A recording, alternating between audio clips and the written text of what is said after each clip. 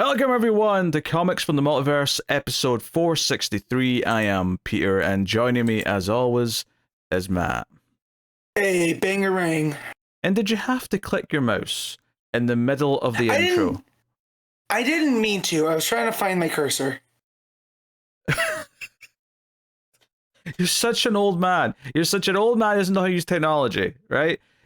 How is it that I found people who are so act like they're 60 years old? You and Tim, like, you ask you to do something on a computer and you start asking questions about how to do it, and I'm like, this is not something advanced I'm asking for here. Okay? Is it so much that, Pete, that we just maybe want you to talk to us outside of this? So we just play dumb? Because we enjoy having your help. You know, you ever think about that? No, you didn't. I mean, and you especially, you're always on Mac stuff, so I can't even help you because I don't know how to use Macs. But Tim's on Windows, and I'm like, Tim, we... I feel with Tim, it's less of an act than with me. With me, it's definitely more of an act, because I can figure stuff out. I just rather have someone talk me through it than, you know. With Tim, though, sometimes I don't know if he's messing, though. This has been the grand thing. I've known Tim for coming up on, like, 15 years, it feels like. And I never know when he's serious or not. So, for all we know, he's a technical marvel. I don't know if that's true. I've caught him in some dumbfounding moments, but hey, whatever. Yeah. He's Tim. We like having him around. But yes, welcome everyone. This is a DC Comics podcast. We get together to talk about the books we read this week. Coming up on this week's show, we have Superman 27, Absolute Wonder Woman 9, Absolute Martian Manhunter 4, Green Lantern 24, Justice League Unlimited issue 8, Mr. Terrific Year 1 issue 2, Green Lantern Dark issue 5, and Matt had a look at the new history of the DC Universe issue 1. Now, Matt, if you're mad I didn't read this, there's actually someone to blame for this. Who? Because just yesterday... Is it Mark Waid? Is it Mark Waid? No, it's not Mark Waid's fault. It's not Mark Waid's fault. Okay. No. So yesterday I was recording an episode of The Collector's Cut, a movie show that I do with David. Right? And David says, oh, by the way, that history of the DC book's more like a textbook. It's not really a comic. And I went, oh, I guess I'm not reading it then. There is a back half of it that they had Dave Velgias, who did that Man Bat book that we enjoyed. Mm-hmm. He went through and, like, everything that's talked about in that book, he goes through and actually, like, footnoted, right? So he has everything that Mark Waid talks about, the issues. So that part is like a textbook. But the first 40 or so pages, yeah, we'll get there. I'm not surprised. I'm not upset. I kind of figured, you know, that's how it would go. Yeah, but I made the choice as soon as he said that. It was like, as soon as he said that, I was like, okay, I'm not even looking at that then. That's fine. Mm-hmm. I'll just go on my life. But Matt did look at it, so he can fill us in a little bit later on some of the going-ons in there. But yeah, no Patreon book this week. There's a little bit less books next week, so I'll be talking about Planetary then if you're looking forward to that. So I'll do that next week. But yeah, that is what's coming up on the show. We don't really have any news or solicits for last week, so there's no solicits this week. It should actually maybe we'll even be sub 2 hours this week. That's the dream, everyone. The dream is to be less than 2 hours at the end of this show. Speed run. I can't promise that. I'll be too opinionated once things start. And look, if you really want me to do a page-by-page breakdown of the new history of the DC Universe, we can. But however, I'm nearing 40 years old and I'm going to a concert tonight, so I'm going to need a nap. So I'm not going to do that. We're going to get through this because I'm old and I've been up since 5. He's going to need a nap before, a nap after, before he's full proper sleep later. He'll be sore in the morning. Oh. Yes, all of the above. How was your week, Matt? What's going on? Oh, work sucked. I about walked off the job 3 times, but then I remembered I have a mortgage, and I cannot do that. I was just busy, so got a bunch of stuff going on, a bunch of upgrades, a bunch of stuff I've become a middle manager and a go-between. So, you know, anytime I'm trying to get something done, I got to stop what I'm doing to go manage that. Watched The Fabelmans, which, did you ever see The Fabelmans? Nope. the Spielberg movie about Spielberg. Yeah, I remember what it is. I just never felt the desire to see it. Gotcha. We rewatched that. That hit me in the feels. Now that I've seen it this time and I'm minus 2 parents instead of just 1. And what else? We watched Barbarian again, which still holds up on a second watch. Although it's a little bit different because you know what's coming, but it's still directed so tense. Well, yeah, it still has some. The execution's everything. As much as that first viewing is quite special because it is one of those movies where you should go in knowing nothing and just sort of see where it takes you. It should. I mean, I've not watched that a second time yet, but in theory, I think it should hold up for various reasons. Yes, it does very much. I'm very curious about weapons now because now I'm trying to. The less I know, the better. Although I did watch that new trailer, and I have no idea what's going on in it, so that helps. But I'm very, very stoked to see what he does with that now. And then I went and saw Megan 2 last night, which I'll refrain from giving too much because I don't want to color Pete. Because I know Pete's going to be seeing it soon. So I don't want to give him any kind of... Yeah, I mean, it's actually a really busy false summer. Hope, lack of hope. Yeah. It's a really busy summer season right now because in the coming weeks... or not even just the coming weeks. Like I went to see 28 years later. Megan 2's this weekend. Next weekend's Jurassic World. The weekend after that, Superman. And then there might be a week off after that. But then there is the I Know What You Did Last Summer reboot is coming out. And then what was the thing that was right after that as well? Oh, Naked Gun reboot. That's coming out. Like there's something almost every week for the next 7 or 8 weeks. It's a pretty packed schedule. Pete purposely skipped Fantastic Four because he's out on Marvel. So that's what's on that week that you... Oh, everything I just said I'm reviewing on a show of some kind. And no one wants to hear me talk about a Marvel movie because I'm just going to be bored and complain. So... Yep. So, so I don't know if we've talked about this on here, but my wife is not a fan of Jennifer Love Hewitt. So every chance I get, I go, so we're seeing first showing of I Know What You Did Last Summer, right? And she's not too thrilled. I mean she's saying that she's not paying to see her. I said, no, we're seeing the new kids. But yeah. It does look like shit, and the first one was shit as well. That was never a good franchise. They're not good. They're not good, but am I going to be there? Yes. Because, come on. I almost bought a shirt. There's a company that I get horror shirts from, and they just have one of her character, Julie James, and that's all it is. And I want to order it, but I don't want to have to sleep outside. For the record, Matt, we know that shirt. We know what your wife thinks of her because you brought up that you used to have a photo of her in your wallet. You told that story on the show, so people know fine well how much of a... I forgot who I told that to. I've told that story multiple times the last couple weeks. Yes. If the shirt... Guys, here's the thing, though. I might need a legal fund. Because if I buy the shirt, there could be trouble.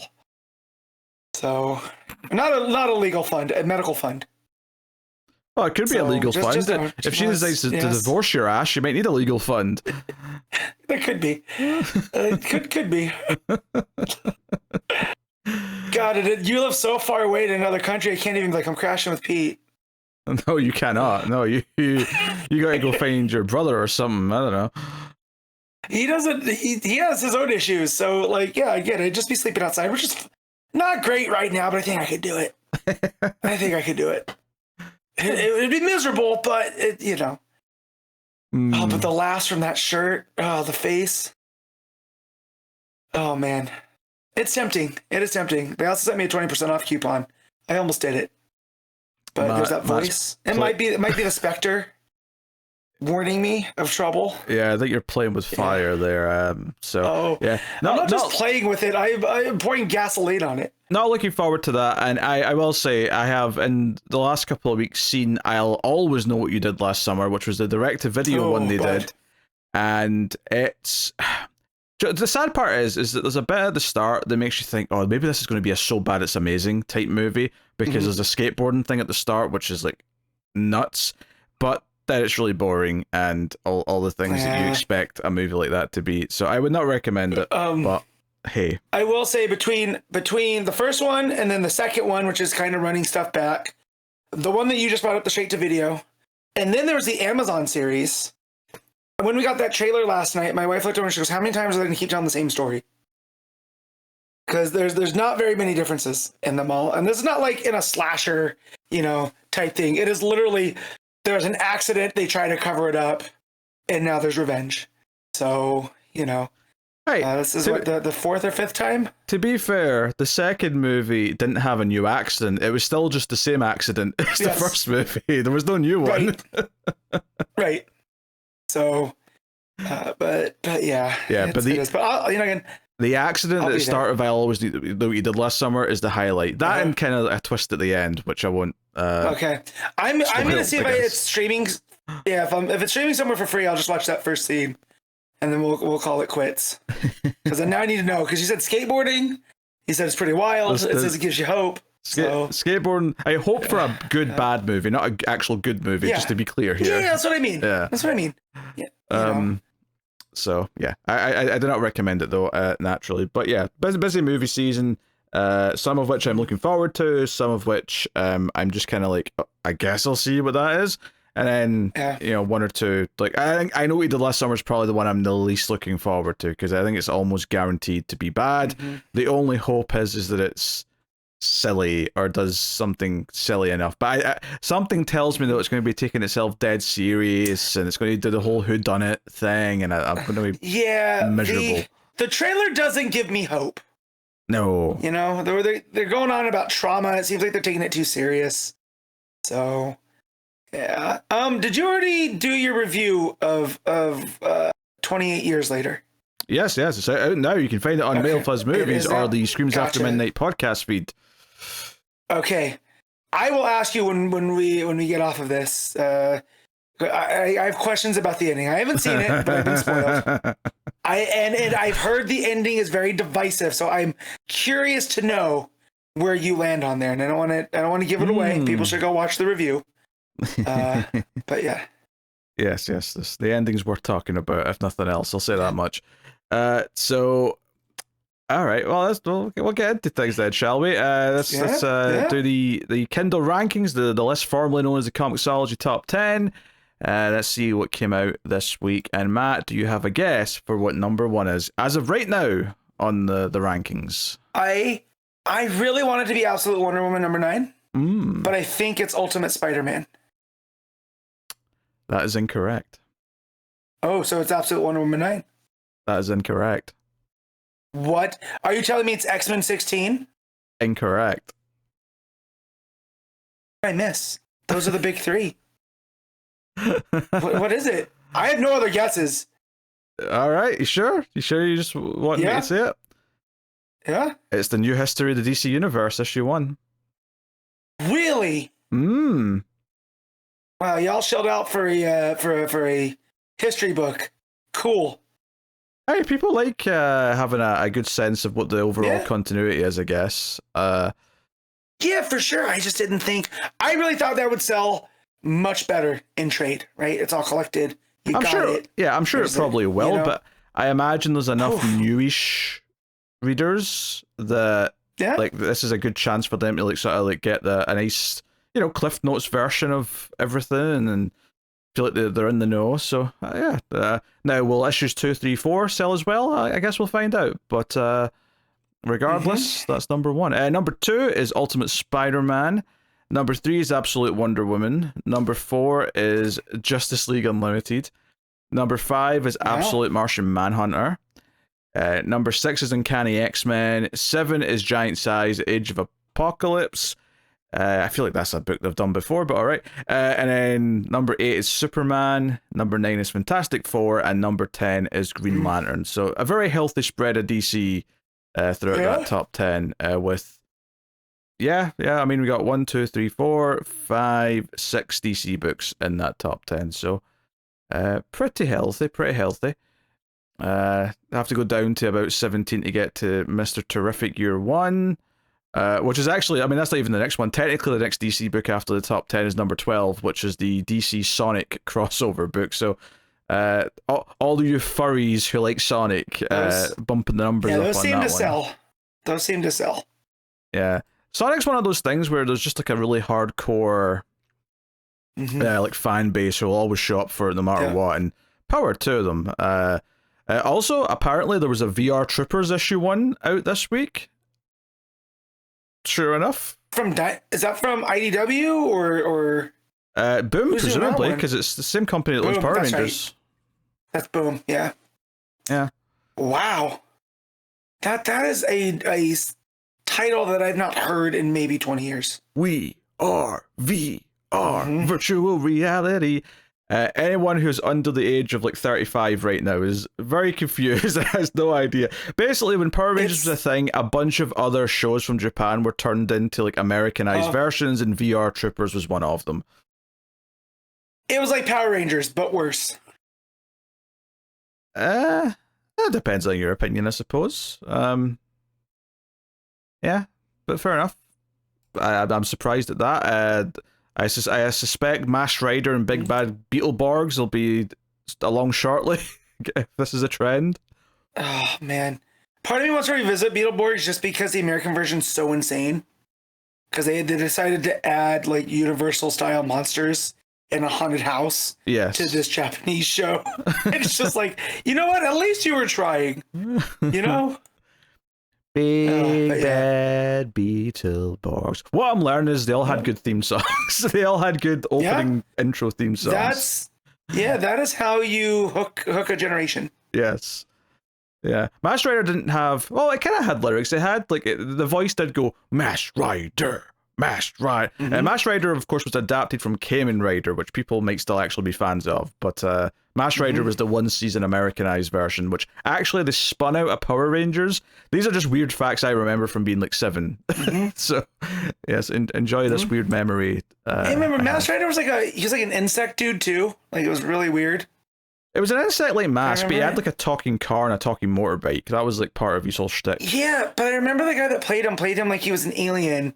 And it was very bug-like, you know? So, yeah.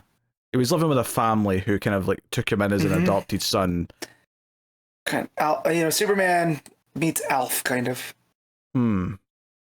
Yeah, sure. All right, that'll do the Kindle rankings. We'll get back to talk about comics, I guess. I've often wondered about threatening reviews of like classic Power Rangers episodes, and I always think, I'll probably be too bored because it's too simplistic, but yeah. I remember when they got put on Netflix on streaming for the first time. I went through probably the first 2 seasons, and that was about my limit. And I have a lot of love for Power Rangers. I was just watching them a lot. I give my parents a lot more credit now for dealing with it than they did. You know. That said, the action scenes are still fun, you know. But a lot You mean the Japanese footage?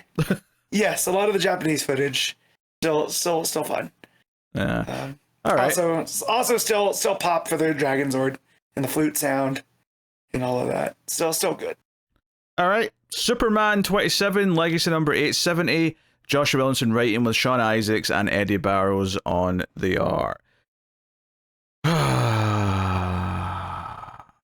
Pete, I reading this, I immediately thought, well, this is one of those issues that's going to annoy Pete a lot. I just don't feel anything. I don't even have strong feelings. I just don't feel anything. I feel like Charlie Brown with a football when it comes to Josh Williamson at this point.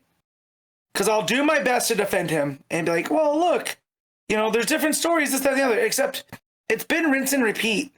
And I feel now that it's not a bug of, oh, well, he's trying to do these ideas and get them wrapped up.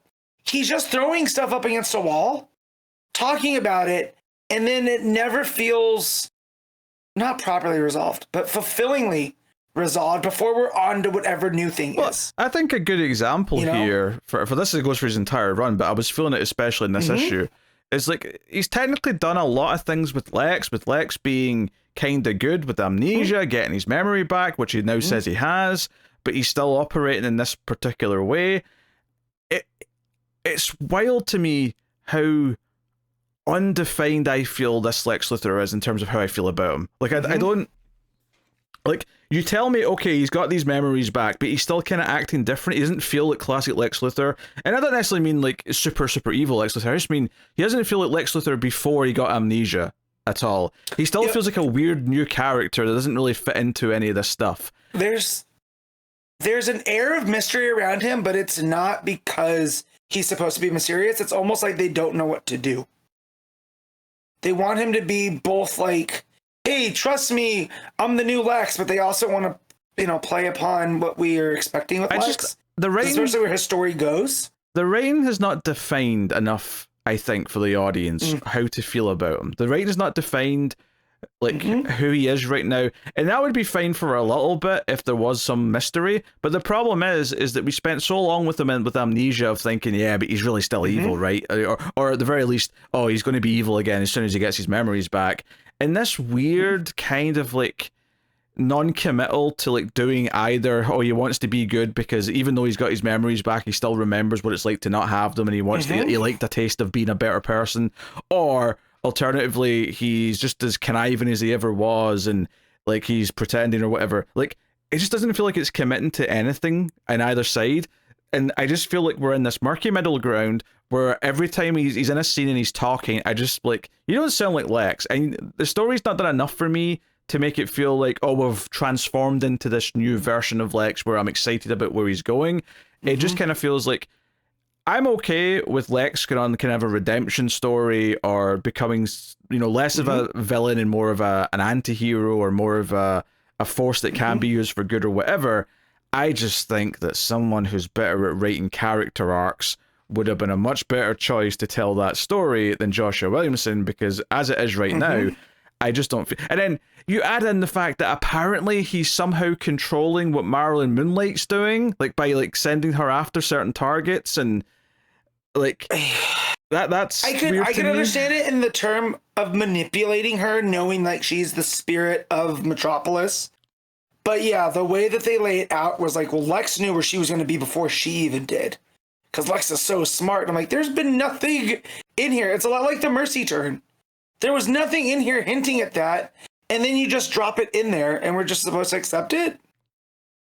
And it's just not, you know? Yeah, just unsatisfying. I think the whole... Because at one point, Marilyn Moonlight even says, oh, I've always been here. There's the spirit of Metropolis. And I'm like, then where the hell have you been for, like, the first, like, several years of Superman's existence? Like, he's married with a kid now. He's been operating in Metropolis for what has to be at least 15 years, maybe 20 years at this point. Even without the aging up of John is still, like, 14. Yes. So you got to think Superman was operating for at least 20 years by now. Yeah, easy. So where's Marilyn Min? Yeah. Like, I'm always here. I'm the spirit of Metropolis. No, you were gone for quite a long time and just started appearing recently. And look, you have to give writers a little bit of leeway, but like, this is taking the cake. There's a little bit there that you could just solve with better editing, I guess, or just someone telling Josh, hey, what do you mean here? What do you mean she's always been here? You know, you could put it like, she's been in there lurking from the shadows, not wanting Superman to know about this, right? Because their missions are so different. There are ways to do that still, you know, to bring this mystery to this character, because I want to like Marilyn Moonlight. She's got a cool look. You know, she's got the 6-shooter. She's kind of like the Shadow, you know, got this Old West theme. And you drop stuff on me like that, and I'm just like, we'll probably never see her again. Well, we're not quite there yet, but yeah, like after Williamson's done with her, probably that is true. You know, it's annoying because there's a little character thing here or there that I like. I like Siobhan being mad at Superwoman because she blames her for getting Jimmy injured. That's kind of nice. I've liked some of these like side relationships that the runs like put up with, but I don't know, like all this like Superman with the red kryptonite stuff and Marlon, like, I need to fight you because you're the one standing in Metropolis's way. I'm like, okay, I whatever. Lex gives Mercy the company, so it's back to Lex Corp, and she's the one running it. Lex says he still believes that he has to work with Superman, but he's off doing something mysterious and in some snowy landscape. We don't quite know where he is by the end of the issue, but he's off doing something. Also, so Graft and Farm want to have their battle to the death with Lex. I didn't even want to talk about this. I hate this Farm and Graft stuff. Yep. And I'm like, okay, we'll get some resolution. And then essentially to defeat them, there's these were the nanoparticles that they're surrounded with. Mm-hmm. And the counter particles are in the big S on the Supercore building. So Superman has to pick it up and throw it at them, and that's how we defeat Farm and Graft. Oh, they're in a giant mech suit, as was mentioned as well. That's right. They're in a giant mech suit. Yeah, they're in a giant mech suit. They're just throwing it at someone in a wheelchair. As funny as that panel would be. Really, the problem with Superman going, I really can't throw this at a guy in a wheelchair. It's like, Superman, they're going to cause the death of thousands. You need to do it. And Clark's like, he's in a wheelchair, though.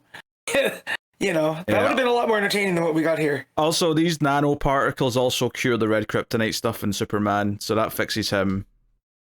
Lex had that planned. Ex Machina. Yeah. Mm-hmm. Yeah, that's the problem, is that every time like stuff comes out of nowhere like this, it's always just written as Lex had this planned all along, and it's like, just because you say Lex had it planned doesn't make it feel like it was planned. It just feels like a bunch of random shit. And like comparing this to Unlimited, where we're doing that whole Gold State Superman thing, where he goes gold, a kryptonite doesn't affect him, but then his power shut off for 2 minutes. Yeah. Right? And granted, we've only have two issues, but that already seems a lot more thought out than a lot of this other stuff.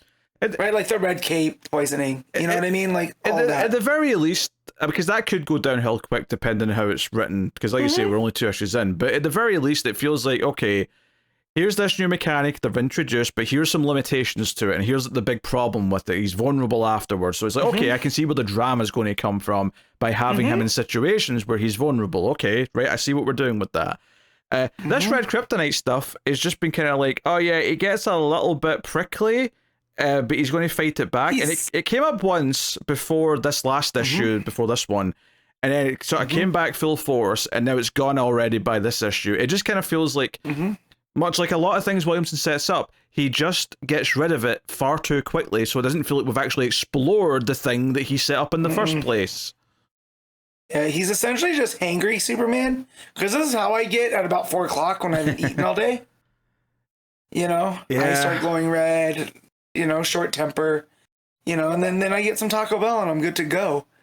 But yeah, it didn't even feel like it was that much of a threat. It's not like Superman was boiling over with energy and we got to get him out of the city before he has this big, you know, heat vision explosion from the thing. It was just like, oh, Superman's just mad. And it's like, well, go to anger management then, bud. Like, you'll be fine. Yeah, I mean, I guess there's always little flourishes here or there that I don't mind. Like, after the red kryptonite stuff's solved and he finds Mercy and he's like, where is Lex Luthor? And he's kind of mad. She's like, I thought you just got cured from the red kryptonite. And he's like, no, I'm actually just pissed off at you right now. This has nothing to do with red kryptonite. I actually like that as a little writing like detail, like just pointing that out. But these are few and far between. Obviously, he's still dealing with the whole Lois is missing having powers, so Clark takes her flying after all the big fight stuff happens. Which, by the way, I can't believe we brought Farm and Graft back, only for them to be in a mech suit for like 3 pages and then be defeated. And that's them gone again, back to prison, presumably. It's been a long time since there's been some characters that I just genuinely detest. And I have not liked them since the beginning. And this did nothing to help that. Yeah, the other notable thing really is the epilogue scene, which is still building to what we're doing with the Darkseid Legion. They've got Time Trapper, but Doomsday breaks free of his chains and says he's going off to find the World Forger, which luckily I read this book first before another book this week, because this actually gets slightly, not paid off, but the next bit of this is in another issue that came out this week, which we'll be talking about later. So if you're I did it in reverse. I read the other one first, and then I read this, and I was like, oh, this makes much more sense in context now. Yeah. So, but it ends with them saying it's time we met Superman, which I presumably means like the main Superman, like our Superman. Yep. So cool. Also, they're besmirching your boy Booster Gold by saying he's useless. Big time. Although I do like that Saturn Girl he's no joke. He's the most important person in space, you know, because he passed through the rift and whatever. So I feel like they are, putting him over before they make fun of him, which is always something good to do. Making him the key to things. That said, I don't trust Williamson.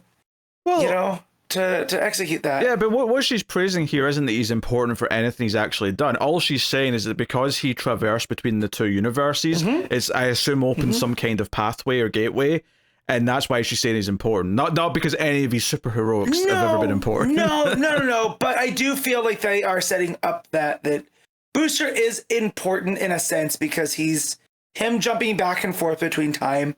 Like they always play him as a joke. And this might have just been because my love of the Dan Jurgens and Jeff Johns series, where that's what they did, is they had to keep up the comedic persona to keep other people off the trail that he was going back and fixing time. So the fact that he can be important, I do feel like there is that there. Like they're building him up or tearing him down so they can build him up a little bit. I mean, at the very least, I did not notice these. What's up? On you go. You guys say something about the scene. I was saying the dark side flourishes on the Legion's uniforms. Oh yeah. Where like just the rockiness on them, that was something I didn't notice till now. So I thought that was pretty cool too. But yeah, what were you gonna say?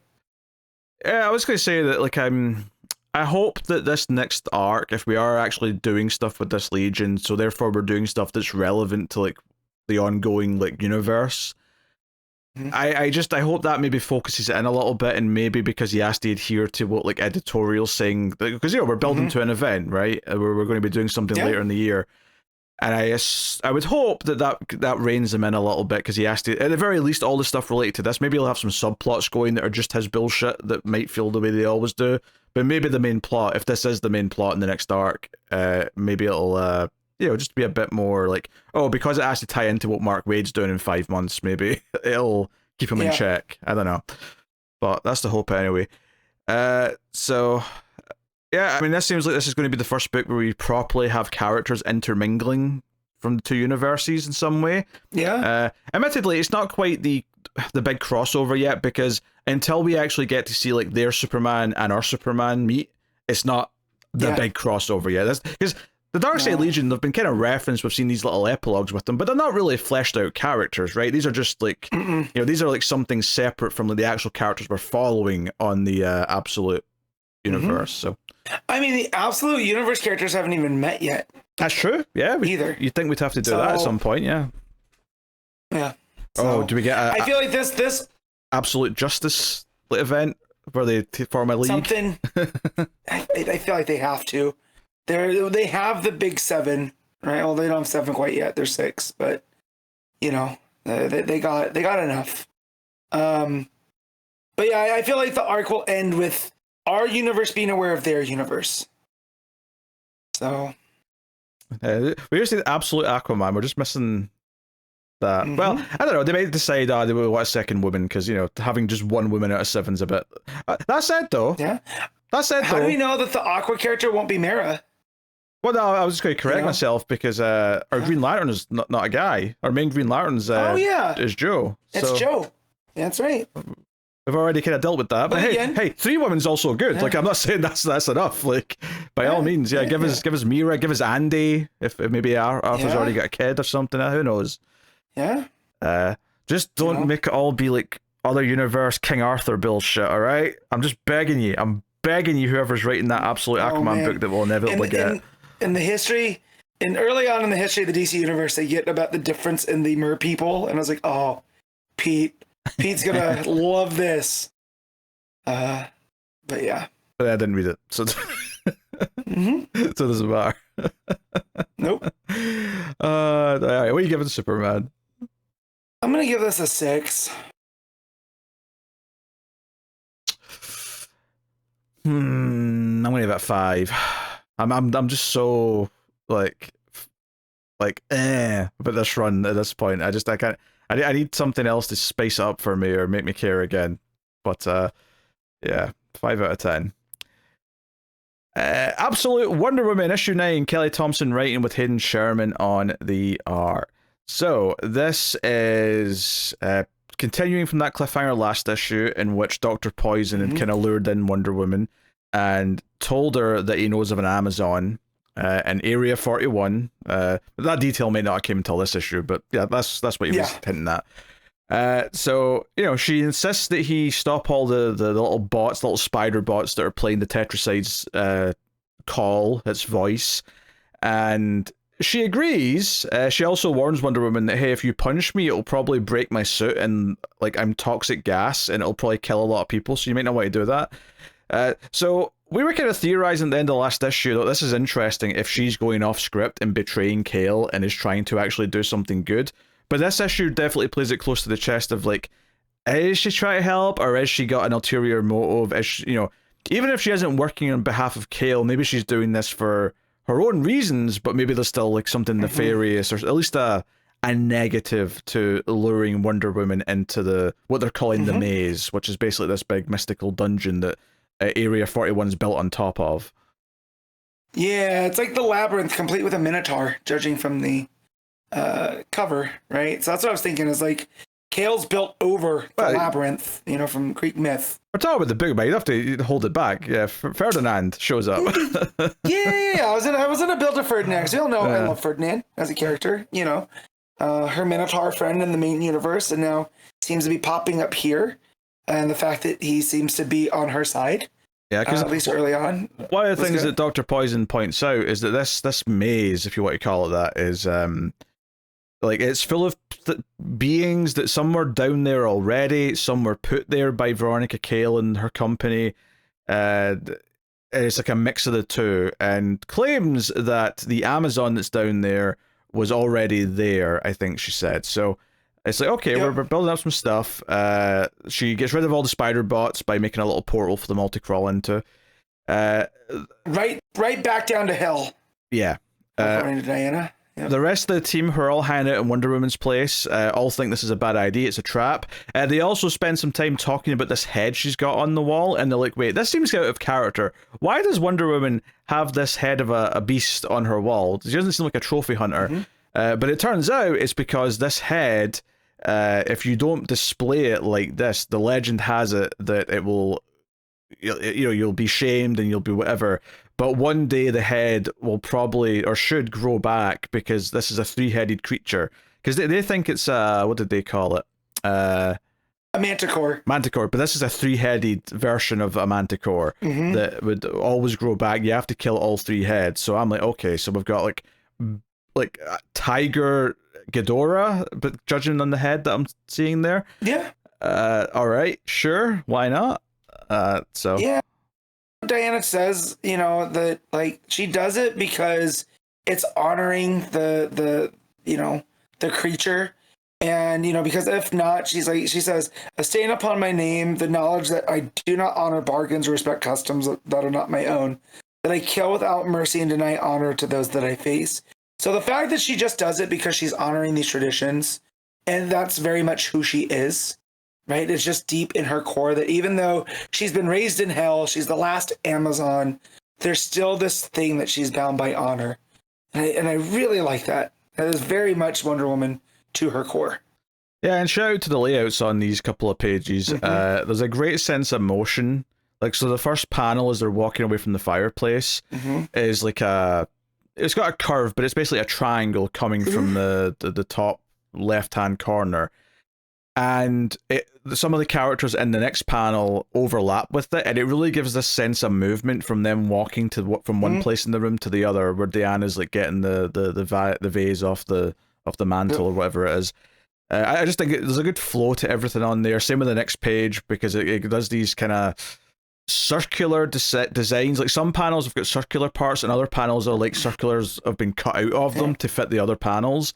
And it just gives this sort of unique flow, because on that next page where she's explaining some of this stuff and she's talking about the man-eater and whatnot, there's a semicircle panel of, I think it's Eddy next to the fireplace, and it just sticks out so much. But the entire shape of all these panels, because everything's so circular in the bottom half of the page, it looks almost like the act of pouring a vase out, right? Which is what Wonder Woman does at the end of the page. But if you look at the way that that circular panel comes from that top corner one down to this circular set of panels at the bottom, I don't know, there's a really interesting flow to it, and it feels like Sherman's just very good at coming up with unique things that make it feel dynamic without ever, and there's never a question of like order or like confusion or anything like that. It's always very natural, always flows very well. And then so another thing I noticed too was once we get into the labyrinth and the maze, the panels become more sharp and angular,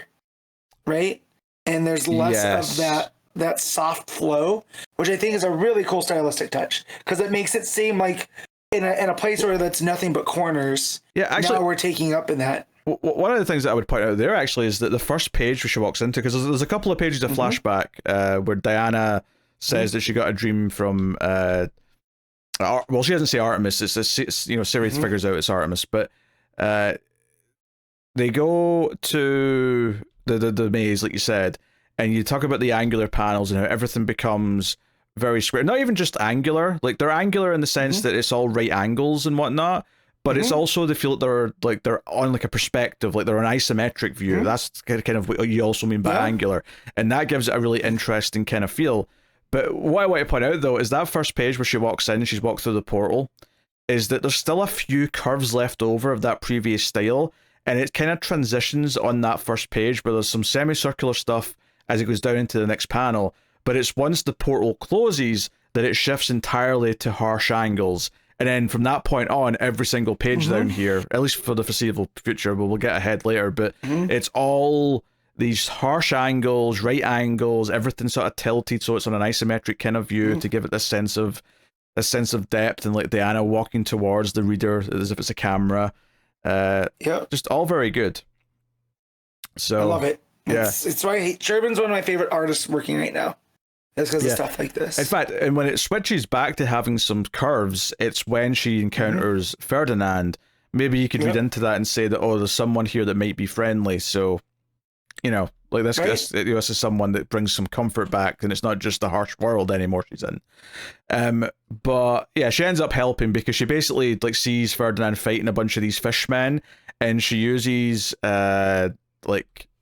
she basically is up to him with the Nemesis lasso and kind of figures out like, okay, who's the bad guy here, and then understands why Ferdinand's doing what he's doing and says, okay, you have my help, friend. You know, let's do it. So yeah, they start working together, and they fight a bunch of fishmen, so we get some action. And notably, from an art perspective here, I really like the coloring where everything is like these muted blues, except the Nemesis lasso, which lights up red and has a glow to it. So the red just pops constantly in every single panel.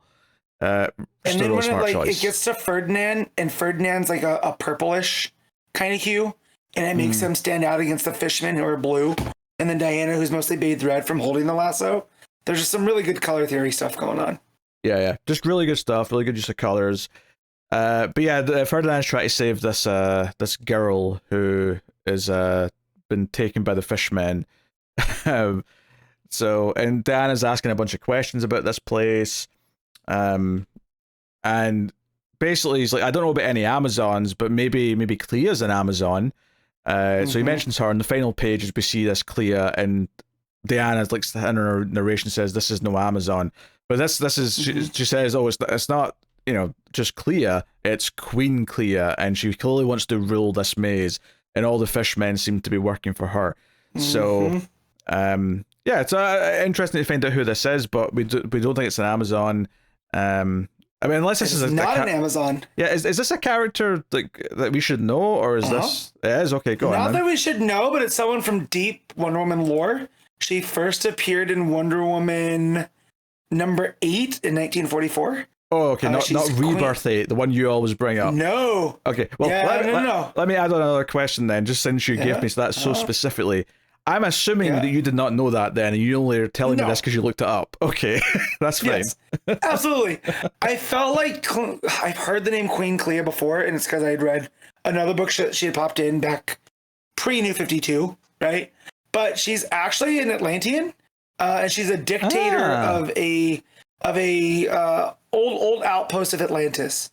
And she was part of Villainy Inc. back in the Golden Age. Damn. With Cheetah, Giganta, and Dr. Poison. So this is like a D-tier villain then that I've just never really encountered. At least I don't remember. I mean, it's possible she's in like a group shot or something in a comic I've read, but, you know. Yep.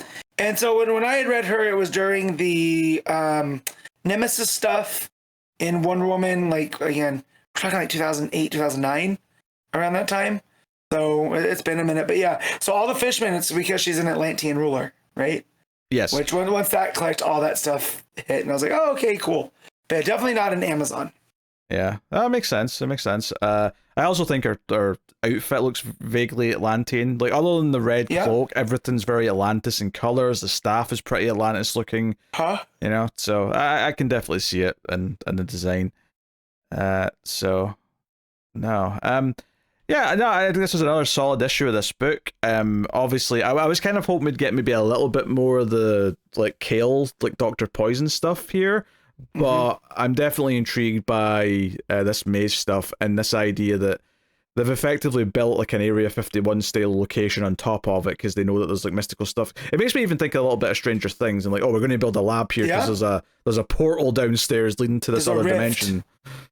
So, no, curious. And yeah, just the stuff with Ferdinand too, that he saved this girl who's a siren, right? And he's just trying to do right. And yeah, the fact that we end up getting a good Minotaur, you know. Yeah. So hopefully he joins Diana's group of friends. She brings him back because we all know how she is with animals. Yeah, he might. I mean, I could also see it being like he ends up staying down here as her contact, and he's like going to try and police this area because like not everyone can just come back from here because there's too many dangerous things or something. I don't know. I'm just that'd be cool too. Yeah. And just the flashback with Cersei and Diana saying that she's had a dream about this goddess with antlers and blood coming down off of her head, and Cersei being worried that it's too soon. Yeah, she knows what this means. Like, she knows exactly what this is, whatever it is. And that she likes my name. So Diana is the name of Artemis in the Roman version of the Pantheon. So the fact that was there. So, but we know that Hecate is Diana's patron, right? That's the goddess that she invokes the most. So yeah, I wonder what's going on with Artemis, the goddess of the hunt, you know, and what that means. She sounds metal as hell, you know, but the fact that Cersei seems to be worried, that had me very curious. Yeah, I don't know. We'll see next time. I imagine we'll get maybe a little sprinkles of this flashback story as we're getting the main story. So no solid issue. Art is still great. Layouts are fantastic. I like the speculation about Dr. Poison's intentions. You know for a fact that animal head's going to like pay off sometime down the line. So that's something. And then Ferdinand's a cool addition here. And we talked about the art pretty extensively, at least with the layouts and the colors anyway. So really, really great stuff. What are you giving Absolute Wonder Woman? 8.5. Yeah, I think I agree with 8.5. Yeah. And Joe, honestly, I think when I read the issue, I was thinking, I think that was just an 8 this time. But talking about it, I'm like, nah, it's still an 8.5 at least. just the art alone and what Sherman's doing there with the panels and the flow and the colors, all that type of stuff. It's top notch. It is. I said on social media today, I'm pretty sure Absolute Wonder Woman is my favorite ongoing book right now. It's the one I look forward to reading every month more than the others. And then the other one's Batman Dark Patterns, which also art by Sherman. But that's a maxi series. That's not a ongoing as far as we know. I don't think we know it's a maxi series either. I thought it was out of 12. No, I don't think we know that. I think you've manifested that. If it's an ongoing, then it's my other. It's right behind Wonder Woman. So, Absolute Wonder Woman. Yeah, I don't know. It won't be that long till we find out because I think we've already solicited up to like 10, I think. So we'll find out. We're on the fourth story by the solicits. Yeah. So. I mean, hopefully it keeps going. But I mean, Sherman's not been the artist in all of that though. I mean, he's been dipping in and out of that. So we'll see. But anyway, no, he's Sherman's done all the Dark Patterns. It's Wonder Woman he's dipped in and out of. I think he's done all Dark Patterns, has he? Yeah, I believe so. I'm gonna look. The reason why I'm pretty sure he didn't, keep going. because I'm pretty sure Connor said something when we were talking about the last issue, because he thought that he wasn't like there before, but he was, but he had missed maybe what, I don't know, doesn't matter. Anyway, now I'm just getting confused. I think I'm maybe mixing up a conversation I had with him and a conversation I'm now having with you. Yes. Anyway, regardless, Absolute Martian Manhunter issue 4, Deniz camp writing with Javier Rodríguez on the art. Now, this isn't an ongoing, which is why you probably didn't mention it in that little speech you gave there, because if it was an ongoing, I feel like you may have to include it as one of the best books that DC are putting out. It's up there as well. Yeah, I don't know why I'm surprised anymore, but like, this is the 4th issue. I sat down to read it, and I'm like, okay, obviously this has been phenomenal every time, but for some reason I'm still not convinced it's going to be phenomenal. And then, you know, within a couple of pages, I'm like, oh, these ideas are so good, and the way the art's representing them is so good. The White Martian is effectively like they kind of show it as him manipulating the sun. Now, how much you want to literally read that as him manipulating the sun is, you know, open to interpretation, I think. But they bring up metaphor a lot. Like, that's a word that keeps getting used throughout the issue. So I definitely think that we're not meant to be reading this literally, but that through the machinations of the White Martian, that he's controlling the sunlight and the heat and making everybody miserable. Yeah, or at the very least, he's infested the heat of the sunlight with his own stuff. I mean, I think Jean calls it something when he investigates the first crime scene quite early on. But yeah, I mean, we set that up in the first page. We set up the relationship drama with John, the detective, and I loved kind of like the look of her face with all the words on her face and the different colors. You know, all those like telekinesis colors that we've been seeing there to represent the thoughts. One of the things that this book does throughout, and it sets it up on the first page. And then we see it again on the wife on the second page. But then once we see more and more people around in the background, is that because of this sun, which is causing anger, and the crime scene they're investigating is that a spilled cup of coffee led to like multiple people dying, multiple people injured, and it's basically anger. And we see like there's like fuming smoke coming out of everyone's ears because they're all basically on edge, ready to blow up at anyone who pisses them off. And that's what the White Martian... With red cheeks. Yes, and that's what the White Martian's done. And the Martian Manhunter is like, okay, this is a bad idea. This is the white heat of war, he calls it. So that's what's infecting everyone. So there's a lot of art in this issue where he's like investigating the sun or trying to fix it in the background or whatever. And all the art with like him kind of there in various ways is all good. Whether it's like he's like looking up at the sun with like different color lenses that he's made out of the blue, yellow, and red and stuff like that.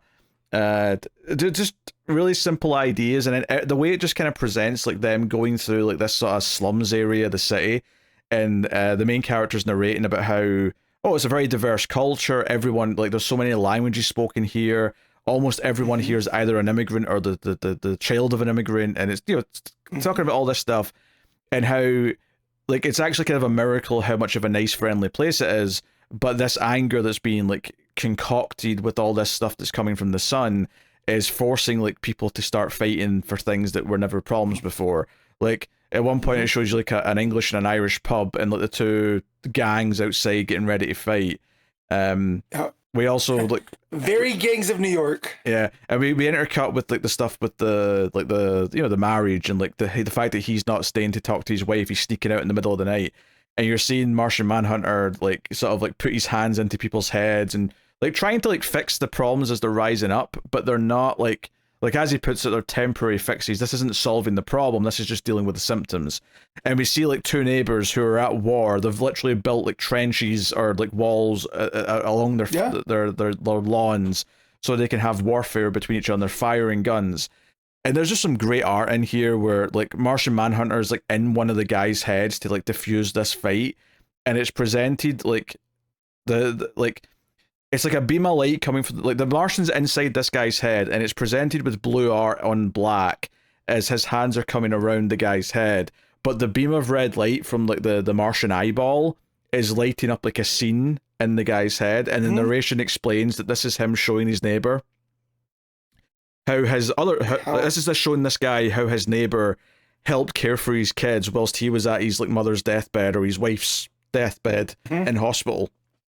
So it's just really inventive with how it shows all this stuff. Like every single page, I'm kind of like, oh man, they get so creative. Rodríguez is getting so creative with how he shows all this telepathic stuff. It's all really good. Yeah, and then right after that, in that panel after, because we see like all the telepathic smoke come off, right? And then we see the other incident that that bonded the neighbors when one of them saved the other kid from being hit by a car, right? Jumped out in front of the road, but we see it formed out of that smoke coming out of the mine. So it's just the whole idea that these are like sense memories and stuff, that they're just casually reminding them that their bond is stronger than the anger that they're feeling towards each other. Yeah, they talk about how like traffic cops are just taking shots at people because they're getting too angry. You know, and you know, all this is like building up throughout the issue, and we see like as it goes on, like he's leaving and not talking to his wife more and more. He's sleeping on the couch by like the third or fourth day, and then she's angry that he's already left in the morning. Like, you know, it keeps bubbling and bubbling, and the Martian Manhunter keeps trying to like solve more of these fights, and then eventually she's like, enough, we're having this fight, you're not sneaking away. And I love that, like, all this stuff that she wants to argue with him about are real feelings, but we also know it's heightened because of the sunlight stuff. So she's got the smoke coming from her ears, and her smoke intermingles with his, and we get this kind of like interesting visual. And it's actually while they're having this fight, this very real fight, where she says, I think you should stay somewhere else, where Martian Manhunter's fixing this white sun problem, where he's actually fixed it by the end. But the fight's really well done though. Like, just the way that like there's a panel of her when she's saying stuff where her entire body is covered in those colors that the telepathic smoke usually is, you know, the rainbow colors. And it's like, okay, it's just this idea that she's like feeling everything right now, and she's like doubting stuff. And that's where she says she's starting to like, he's never been really good at expressing himself, but this is the first time where she's not been able to just look into his eyes and understand how he feels. So she's actually doubting how he feels about the marriage and his son. And that's when he's like, wait, you doubt? And that surprises him so much. And that page where he says that, it's like her mind's exploding into all these colors. And it's like he's been hit with a nuclear blast of like, oh, I didn't realize it was this serious, that she's actually thinking I might not love her or care about her or care about the son anymore. And he actually just gets down on his knees and like hugs her and says, of course I love you. You know, it's a really well done dramatic scene that they've been building to for like 4 issues now, because the marriage problems have been there every single issue. So like her posture when she's covered with all the colors is very like insecure, and she's looking down, and she's making herself like that. And then when she like explodes and it's like the universe, it's almost like, because he has the Martian vision at that point, right? Because Martian Manhunter's in his eye now. And it's almost like he's seeing her as like, well, no, why do you doubt? You're my absolute universe. He does all this because of her and the kid. Yeah, because it's just not, she's not picking up on it. You know, it's just the chaos that is all those colors. And then now she's no longer in that vulnerable pose, right? Her body's angled differently and stuff. Yeah. Just really good storytelling. Yeah, because what you were saying about like him being in his eye now, like Jean's come back to him, is like that page starts off basically black and white, and then he like goes into his eye, and all you see is the green and red in his eye, and then it's like there's so little color on that page before you get to her covered in those colors that it really pops. And then that next page, which is the sort of the big bang or whatever you want to call it, of him like, you know, realizing that he might have nuked this relationship, and he's like trying to beg and say, hey, no, like, you know, but she's like, hey, I look into your eyes, and it's like it's in a different language now that I can't read. And we know that there's some truth to that, because there's something else in there. This Martian is in there, and it's fundamentally changed who he is. So Jean's still fixing the sun during all this, and we see 3 different people, each one bathed in a different color, all preparing explosives. And throughout this scene, we see them go to like an oil plant, a gas plant, and a nuclear plant is the other one, right? Yep. And coal, nuclear, and gas. There you go. And they basically like they take out all of them, and this whole like anger and just sun rage has all been building to this, because the White Martian's actual goal was not to keep things going like this. This had an end game. The end game here was to take out everything power so that there'd be no light. So they're actually plummeted into the opposite at the end, which is complete darkness. And in the meantime, there's more of the marriage fight. And she gets mad because he's still kind of like, telling lies, saying that he had no choice, but then says that like, he's doing this for you and you wouldn't understand. But it's like, and then she's like, yeah, but you just said you had no choice in the matter. Like, you said you didn't know, and now you're saying it's because I wouldn't understand. So, and there's this awesome panel as they're having this fight where you see Jean, like, it's like he's making the sunrise with his hands. He's picking up the sun over the horizon. And I'm like, the art is so just inventive in this. Yeah. Well, and then after they have the fight, as she's exploding at him, it's where the bombs are going off too. Yes. Right? And it almost looks like he's caught up in the explosions and it's completely overtaken him. And then that's where the power goes out. Yeah. So again, just some really, really, really cool visual storytelling. Yeah, obviously it's intermingling the two things together, but it's also just showing just how much of, like, to him, this is his life exploding. This is like, he's been caught in the shockwave of this blast that he wasn't expecting. So yeah, it ends in this kind of downer moment, but then the power goes out and they're in darkness. And the Martian Manhunters, like, thought bubbles say, oh, misunderstood, this was a mistake, the light was a distraction, darkness was the true intent. And yeah, so yes, everything's in plummeted into darkness now, and that's the cliffhanger. So now, I mean, this was just excellent. Again, I think the drama between, like, John and his wife, because there's truth to what she's saying and you can get why she's frustrated, but you also get why he can't just let her in on what's happening to him, because how could she believe him even if he could somehow prove it. But once again, I feel it would be worse if he's like, there's a Martian thought form that is living within my brain, and we're trying to solve the mystery of this evil thought form that's manipulating everybody. I feel like she'd get way more mad at that than him saying I've been busy at work. Now, I guess he could just say, think of a number, and then he'll tell her the number. Yeah. It'll maybe prove that there's some telepathy going on, but just really exciting stuff here. Like, even when, like, Jean's, like, doing stuff in some of the panels to, like, fix the sun, it's like he's stretching out the white sun to reveal the base RGB colors, and then he kind of, like, reforms them to fix it. I don't know, it's like he's, like, breaking it down so he can put it back together again. Just really good stuff. It feels like, I don't know if I've read a book that looks so quirky in its choices, but everything has so much weight in its meaning to what it's doing, that it just really lands. Yeah, the quirkiness isn't a gimmick. Quirkiness only adds to the story. Also, there's a nice little moment here where Jean is in the roof after he's fixed the sun, and he's looking up at the sky, and it's before the power goes out, so it's nighttime, but there's still lights on, and he's looking up at the moon, and there's a little star, or, well, a little glimmer like a star, and it says Mars. So it does at least suggest that Mars does mean something to him. Even if the white Martian's technically from much further away, maybe Jean does originate on Mars. So it's an interesting little... Because up until now, he's not really said anything about Mars specifically. No. The Martian's just the thing that Jones calls him. Yeah. And then the very final panel, you have the moon with that star again, but now the moon's all distorted, right? And it says darkness was what the white Martian's true intent. So, yeah. So again, is that shiny? Is the thing of Mars, is that just another distraction? Right? Like, what's going on? They got to be on the A game. Yeah.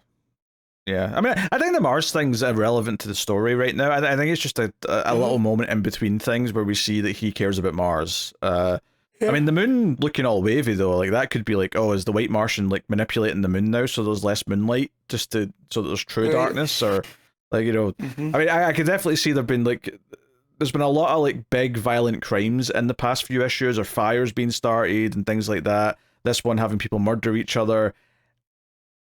Now that they're plummeted into darkness, I don't see that getting better yet. I feel like there's still going to be some dark stuff happening next issue. That would be my expectation at the very least. So, yeah, we will see. What are you giving Absolute Martian Manhunter, Matt? I'm going to 8.5. Yeah, I gotta go 9. I gotta go 9 out of 10 on this. It's a phenomenal book. Like it really is something. Not that there's been a lot of Martian Manhunter specific books anyway, but this is easily the best one I've ever read. It's not even like close.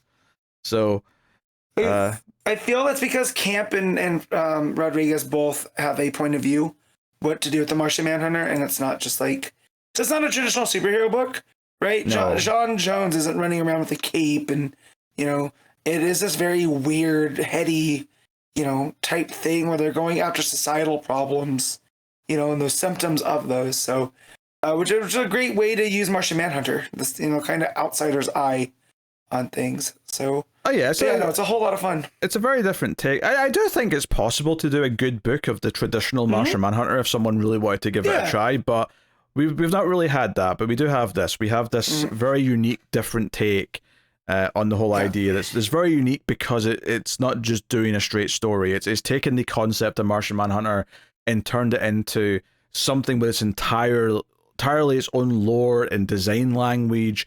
And it's already influenced the regular stuff because we've already seen that multicolored sort of approach to showing the telepathy of Martian Manhunter. That was in one of the regular books like in the last couple of months. So it's already actually had a little bit of an influence on like just how we show Martian Manhunter doing stuff. Like this is what his powers look like, at least in terms of comic book art. So, all right, cool. Green Lantern, issue 24, license number 591, Jeremy Adams writing with Xermanico on the art. So, yeah, this has been a solid book, and I think this is a solid issue. The cover did worry me, because it made it look like the crab mask was damaged, and, well, one, I'm worried about Kyle, but also that crab mask is glorious, it should not be harmed. It's... Not true. It's real dumb, and it obscures his face in a way that it doesn't need to. It's a mask. So the point of a mask is to obscure the face. Correct, but it's doing way more than the just typical domino mask. And there's also multiple Green Lanterns that don't wear a mask. So what's he obscuring? Yes, but one may argue the domino mask is useless, and it's actually a big suspension of disbelief that it actually fools anyone. Hey, it works for other heroes. I don't see any other heroes rocking a crab mask. This is just the asinine arguments here. I can't be having. Look, Just doesn't wear one. Okay, John Stewart doesn't wear one. Guy Gardner doesn't wear one. All right, works for them just fine. That's because you can see Guy Gardner's hair coming a mile off. He knows there's no disguise in it. That's true. But anyways, there's a big reveal at the end of this one that people were going nuts for, and it did not land with me whatsoever. So hopefully, there is. What? Yeah. The final page. We'll get there. People were very excited, and I was just like, "Cool! I'm glad y'all are excited." But this means not a lot to me. Yeah, was that not a new character at the end? Nope. It is an established character from the Green Lantern animated series. Well, okay, because I was like, I don't think I know this character, and I was like, is that just because I don't know her? And I looked up the DC wiki, and it said first appearance, so I was like, oh, I don't know her, fine, that's great, but that's because she's first appearance in a comic. Yeah, okay, fair enough. And the only reason I know all this is because I follow Lucas Meyer online, and he's very excited. Lucas Meyer loves Green Lantern, like, in a way that few people do. So he was talking to Jeremy Adams and being like, "Oh my God, you guys did this. This is really cool." And I was like, and then a bunch of people are glomming onto it. And I was like, "Hey, if they're excited, I am happy for them." But cool. Now I know how people feel when I go off about things like this. Yeah, okay. It was great to get the opposite. I'm on their side. I don't know why you're being a downer about this. Just because you don't know who it is doesn't mean that they shouldn't be excited. No, not being a downer. I had seen this before I'd read the issue, right? So I was expecting this big grand reveal of this character, and it's literally just the final page. Okay, but that's not the issue's fault though that you read other people reacting to it. No. I just that's the thing that stuck out, because again, you said this has been a very decent series, and it's been very just, I don't want to say by the books. It's not really by the books, but it's been consistent, and that is the one thing I got to give Adams credit for since taking over Green Lantern. It has been pretty consistently good, and this doesn't break that at all. Yeah, I would put it a bit above decent. I think that word's maybe selling it a little bit short. So So yeah, Hal and Carol are working together, dealing with some criminals in the city. They're flirting a little bit. They want to go for lunch, for dinner, but they're going to take these criminals off to the local prison first. So okay, that sets up that plot. Meanwhile, the other team in space, led by Kyle, are being drawn to somewhere in deep space, and they find this old Green Lantern station, which looks like it's own technology. There's a big Green Lantern logo on it, so it's something. At some point, and there's these green arrows that are pointing them inside, so they go in and they go walking around. Odyssey seems to think this is a bad idea and maybe a trap or whatever, and the rest of them are like, no, let's just go. We're all gung-ho about it. Also, they go out of their way to remind you that Kyle does technically still have the abilities of a White Lantern, and the green is the one he has most of, though, and he uses the willpower of the green to keep all the other spectrum in check because they're very powerful and tough to deal with. So I think the fact that they're reminding us of that is because it's going to come up at some point later. I'm wondering how that's going to pay off once we start getting to the other core, right? These other ones that are popping up, the Starbreakers. Yeah, I'm always forgetting what their thing, but I'm wondering how that's going to pay off later because we're getting a lot of confluence, especially here. We'll get when they get to the prison stuff. There's a lot of emotions turning into other emotions in ways that I wasn't expecting. So I'm wondering if that's going to pay off with the White Lantern. Yeah, so this prison plot is that they get to the prison and they're kind of weirded out how upbeat and happy everyone is. The prisoners and guards included. The warden's super nice about everything. They invite them in for lunch at their salad bar. And Carol says yes, which Hal's dumbfounded by. But it turns out Carol's been spending too much time in the Justice League with Batman. He's like, well, Batman always says that if something feels off, we should investigate it. So let's investigate. And he's like, fine, we'll investigate. That's because Batman has no life, and I do. Yes, I do love the low-key Batman and Hal Jordan rivalry. That I just feel like they only work together because they're in the Justice League, but they generally do not like each other. Yeah, which is why it's really funny that Carol, the love of Hal's life, is like, no, Batman's been teaching me things. Batman's really smart. We should listen to Batman. But yeah, they go snooping around, of course, and they find this lab or the whatever underground in the basement is what I'm trying to say. And they find this scientist with a creature named Happy, which sets up the rest of this plot. Meanwhile, back with the other characters, they find this big, tube of energy that they're looking at, and they're questioning what this place is. Very quickly, a bunch of Manhunters show up, and they're like, no one escapes the Manhunters, so, action scene commence. Back at the prison, they're questioning about this creature and what's going on, and it's glowing in the same light as Star Sapphire, right? It's got kind of that love aura around it, and it basically turns out to be, I mean, he explains some of the backstory and how he was even testing on it, and this guy's actually kind of a piece of shit with some of the experiments that he was doing. And it's all his fault. But they find out that this Happy is emanating all this love, that it's keeping everyone in the prison like in this upbeat attitude they're all in. So it's like coming from this guy. But when they say, hey, we have to take this creature away to test it and see where it belongs and all the rest of it because it's emitting lantern energy or the emotional spectrum, this guy immediately turns orange and all the people inside the building turn orange. It all turns to greed, and they're like, wait a minute, this is the emotional spectrum is going nuts here. This is like all turned them into orange, like glowing lanterns effectively. So yeah, they have to fight their way out, and basically they kind of get surprised with the resolution because seemingly the energy coming from this creature Happy is kind of when it meets Carol's energy, it kind of neutralizes, and everyone kind of goes to normal. The warden starts acting normal, and it's like, wait a minute, like we somehow stumbled into a solution here. The prison's back to normal, so what's going on with this? It basically sets up we're doing some more stuff with with the spectrum, and there's more weird effects happening because of these random outbursts. I thought this was an interesting one, just in the sense that they go somewhere and everyone's too happy because the spectrum that's affecting them is the loved one. I think that's kind of an interesting it's a little bit different to, oh, there's a giant scary thing because someone's scared or angry. This was like, no, everyone's a bit too happy. Oh, it's Spectrum stuff. Weird. Yeah, and well, then when they go to take the happiness away, that's when it turns to greed. It's like, no, that's my happiness. Where are you going with it? No, that's mine. And so it's been a while since we've really seen orange energy in effect. So I thought that was curious that it went from love to greed in that way. That was definitely something that I wasn't expecting.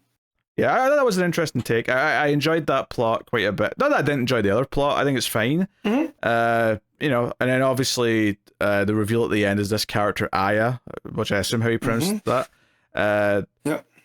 Shows up, and she's kind of the one who's been using this station. And you tell me she's from the animated series. Cool. Never watched an episode of it, but fair enough. No, and apparently her name came from Hal mispronouncing AI. So it's AI.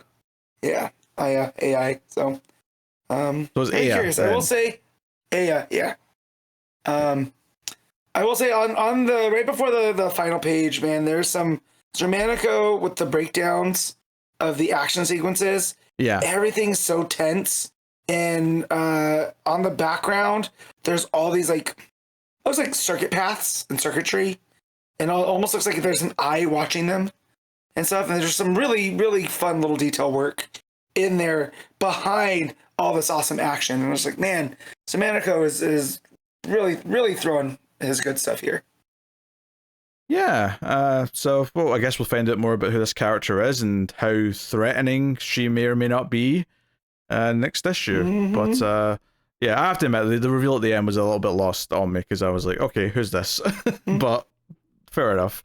So, yeah, honestly, just another solid issue. I like they're continuing this story well. That's playing with these ideas of the spectrums breaking down and this desire to build all the lanterns to contain them, and that's running throughout both books quite well. There's a crossover coming soon, starting with issue 25 with the Lantern Corps. So, no, I mean it's just an enjoyable Green Lantern run. Without like necessarily going above and beyond and being like spectacular all timer, but really solid in a way that it's nice to have for Green Lantern again after we didn't for a while. So. Well, and then just the balance of all of the core stuff that they're doing with the emotional spectrum, and then that's being balanced by all of the like space sci-fi kind of stuff with the ship, and then finding the station, and it's full of manhunters, and Odyssey. I really like her addition because they're calling them amateurs going into this place that they think is safe. Like that's her entire thing, right? She's a bandit. She's a time bandit, and so her being like, guys, you don't see any red flags here. I like that. I like the dynamic of that group. So no, I like that too. Really, I like that Kyle's got a little supporting cast now, and I like that Hal and Carol, like Carol being like a recurring character, so we can actually, maybe do stuff. But their relationship feels nice after being ignored for so long. So I've appreciated that about this run. But more than anything, I think I just like how focused it feels. I think between this and Green Lantern Corps, it feels like there's a good focused sense of where this corner of the universe is going. There's an overall plan in mind, and it feels like they're sticking to that plan. The odd bump in a road aside, it feels like it's doing a good job of that. So, and Xermanico's art obviously is pretty nice to look at pretty much all the time. So it's hard to really complain. And that creature Happy is an axolotl, which is like an amphibian that's on Earth, and they always look like they have a smile on their face. So I thought that was fun. A little, them making that the kind of, not avatar, but the source of this happiness. I thought that was pretty cute. All right, what are you giving Green Lantern? A 7.5. Yeah. It's about either that or an 8. It's kind of in that range. Really, really enjoyable time. I think I'll agree with the 7.5. Maybe just because the ending fell flat for me more than anything. I think if the ending led to something that I knew, I'd probably feel a bit more positive than I do. But still pretty good though. I'm still enjoying the run quite a bit. Justice League Unlimited issue 8, Mark Waid writing with Dan Mora on the R. My God, I can't believe we agree. That said, God calling himself the Gorilla God, that's pretty cool. That's just a that. cheap pop. You're just giving them points for a cheap pop. You I love whore. You're a whore, Matt. That's what you are. You're a whore. I don't understand that. That's fine. I don't mind. Gorilla God, Gorilla Grodd. It's great. Also, when they did the kneel before Grodd back in the what was that, New 52? Rebirth? Whenever it was. That was a lot of fun as well. I have no idea what the hell. I know there's some timey-wimey elements. Nothing happens. I know it involves Darkseid's crack. Oh yeah, they talk about rifts and energy and whatnot, and the fact that this team that Airwave showed up with can't go home at the end, so they're actually sticking around in this book, which is Batman Beyond. And is that the Silver? Is I mean not Silver Age, but like, is that younger Batman and Robin sticking around at the end? Because it looks like it's at least Robin, because we know he got there was some timey-wimey stuff with him. In World's Finest, remember? It looks like Batman's there as well at the end, like the regular Batman that goes with him. Is it regular Batman too? I think so. He's on that. We also have year zero Batman. Yeah, you're right. Is there? It's the page. Oh, no, I'm trying to find it because it's. So it's the page where Superman's explaining that because of the tachyons, they're all stuck here, and there's a big panel of all these characters, and there's Superman Blue.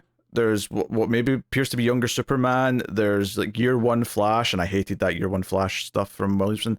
Batman Beyond. It looks like there's 2 Robins that are there. That's so I'm wondering if that's just not meant to be. No, because he's got the oval on his chest. That's not meant to be our Batman. I don't think so. Regular Batman. Because that's not what our regular Batman looks like right now. No. And who's the second Robin? there's one in pixie shorts. Who's that one? Great question. I don't know. Anyway, I care. I actually do not care. It's not going to matter. It really isn't. This issue is just lots of fighting. There is like no progression. There's no real sense of plot movement or anything like that. There's no like anchor to which everything forms around.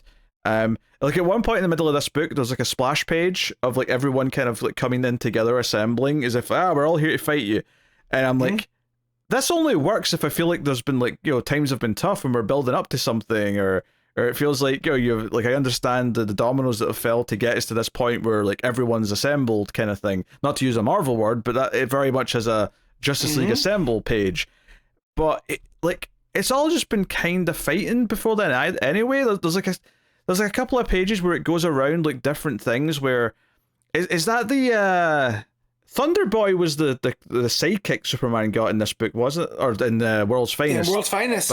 Yeah. There's that. There's like a Teriffics panel where like it seems to be from the past because Plastic Man's saying, "Hey, can we call ourselves the Teriffics?" And I'm like, okay, so I guess this is from back then. And I just and then.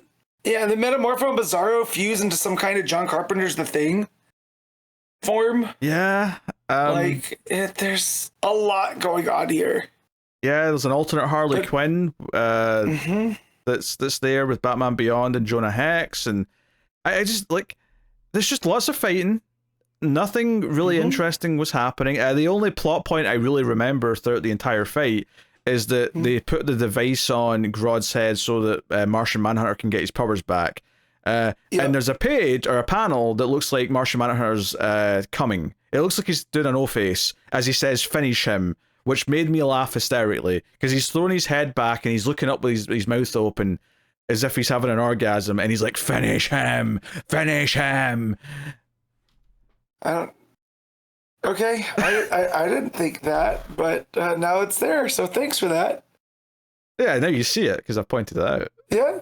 And he's bathed in all this weird color. I kind of enjoyed this crossover. It's definitely the best World's Finest had been in a long time. But honestly, this last part of it, this last issue of it, is a complete and utter whiff. Like nothing interesting. Like all this was a big fight where the heroes ultimately win. That was it. There's like nothing interesting to it whatsoever. The Dan Mora art can't make it any more interesting. It just no. And now there's 2 Terrifics too, right? Because we got the Terrifics version of Mr. Terrific, but then the Justice League I mean, Unlimited version. Are they sticking around too? I don't actually know. Like, is everyone that came through sticking around? Because he's the one that's talking about, like, he's the one that tells Martian Manhunter, that you're not listening. Oh yeah, okay. They spend more time. Yeah. On that page where we said that we see all these people who are stuck here, you see Plastic Man's head coming in. If you trace his neck back to the back, you can see a Mr. Terrific back there, which would suggest that yes, indeed, there are now. There's a second Mr. Terrific. There's a second Plastic Man. There's an old school Wonder Woman there as well. And what purpose we have for them all sticking around? I'm sure Mark Waid's got some stupid idea that he wants to do, but like right now, it just feels like why? Why not just send them back to their time zones? I don't know. I feel like this is not this version of Mr. Terrific's not the one that hung out with Airwave so much. No, right? No. That should have been the Justice League Unlimited one. But so him being that, so I don't know if that's an art mistake or what. But he's wearing the white suit that we associate with the Terrifics, which that was a fun book. I like that book. Yeah. I missed that book. So. No, the one who's talking about Airwave must be the one who spent time with Airwave. Yeah. It just feels like then that's an art mistake then. But yeah, man, there's just a lot going on here at the end. Well, no, I think you're just confused because he's got his jacket off. That's it. He's just got his jacket off. You think that's what it is? That's the regular Mr. Terrific, yeah. Or the current one, I should say. They're both regular, technically. But you know what I mean. I have a currently really good Mr. Terrific in pages of another book. Yeah. Right I think you've just confused him with the Terrifics version because he's got his jacket off. So it looks like there's more white in his outfit than normal, but I think it's just because the jacket's off. I think that's all it is. So he's Mr. Terrific jacket off. Are you making a masturbating joke there? I might be after you brought up Manhunter's O-face. Yeah, but that was actually I wasn't stretching. There was no stretching in what I was saying. You're I'm just saying he's Mr. Terrific jacket off. That's all. You're construing words as best you can to get to an end result. I'm just saying, Mr. Terrific jacket off. All right. Last page is a little epilogue where Doomsday, Time Trapper Doomsday, comes through a portal to the World Forger, and he says, "Time in this universe is coming to an end." Which is also hybrid time, which is because they say that's where he is in hybrid time. That is a concept that Mark Waid really championed in the 90s. It kind of explained why the Justice Society is still around despite being around in the 40s and all the different versions of certain characters and all this other stuff. And if you look behind them, there's all these different versions of our characters, right? There's the Gotham by Gaslight Batman. There's the Red Sun Superman. There's the swapped versions of Superwoman and Batwoman and Wonder Man. Yeah. Right. Kingdom Come Superman's there as well. Kingdom Come's there too. So Wade's definitely got something up his sleeve. If he's telling the new history of the DC universe, then this I'm sure is in his plans. Yeah. This issue was a blur. I just took nothing in because it was just fighting. Me neither. That sucked. That's maybe the worst issue that Mark Waid's written since he came back to DC. Yep. And it was the first thing I read this week, and I thought it didn't make an impact, but it did, but not in the way that I wanted it to. Because I still remember the things that happened, but none of it feels like it's worth remembering, if that makes sense. Like, I remembered it because we were talking about it, but if this was just something that I had read and we weren't talking about it for this, I would have forgotten a lot of what happened, and nothing is that memorable. And I'm starting to feel like that's a lot of what Justice League Unlimited is becoming. It's stuff that's just not memorable. Well, I feel like that problem's more World's Finest to me. I just feel like I don't know. We'll see what the next arc's like. Hopefully it's better. But I don't know. Like it's so weird because Batman and Robin Year One is like one of Wade's best books ever. Like it's fantastic. Yeah. And then World's Finest and this are just kind of like hovering in and out of mediocrity to bad. It's really strange. All right. I mean, the Dan Mora art's obviously solid because it's Dan Mora art, but it's also so stuffed with characters that I wouldn't even say that I like the art. Like, and it's obviously it looks good, but like there's so much going on, and like there was no flow to it because there's so much going on that I didn't enjoy the art the way that I normally would. Yeah, it's very chaotic. There's a lot going on. There's a lot to look at. Lots of colors. He's very good at it, but you almost get overwhelmed by it all. Yeah. All right, what are you rating Justice League Unlimited? I'm rating this a 6.5. What? Nah, like 4 out of 10. 6.5. It's a shit book. This was a shit issue. Nothing happened. Nothing happened. It was just fighting. Gorilla Grodd became the Gorilla God. Excuse me. 4.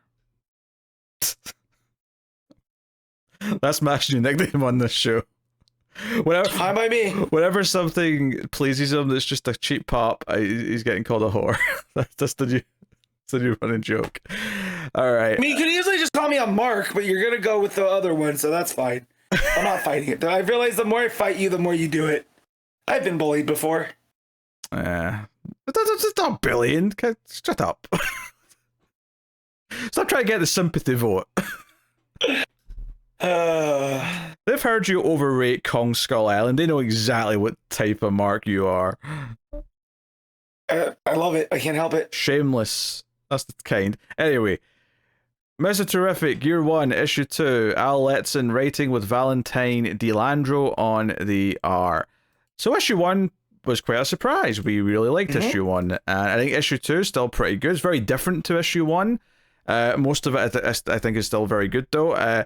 My only real thing is maybe just the opening scene that's in the present day is the one part I'm like, I'm not really fussed about this. But once we get into the actual Year 1 story, I'm in. I'm locked in. I enjoyed the Year 1 story so much that I forgot that it opened in present day and him dealing with the thing that's going on now. Yeah. With this weird rift, because everything else that had happened in the last issue, all the Landro art, that's the stuff that I'm here for. And so when I was like, what is going on? Why is there a Doomsday dog or a Darkseid dog? Never mind. Okay, we're back with the good heart. So, so it's an Apocalypse Hound that came out of Darkseid's crack. We don't have to really question it. But no, so dogs in the crack. The whole thing from last issue where his best friend was killed and he ran off.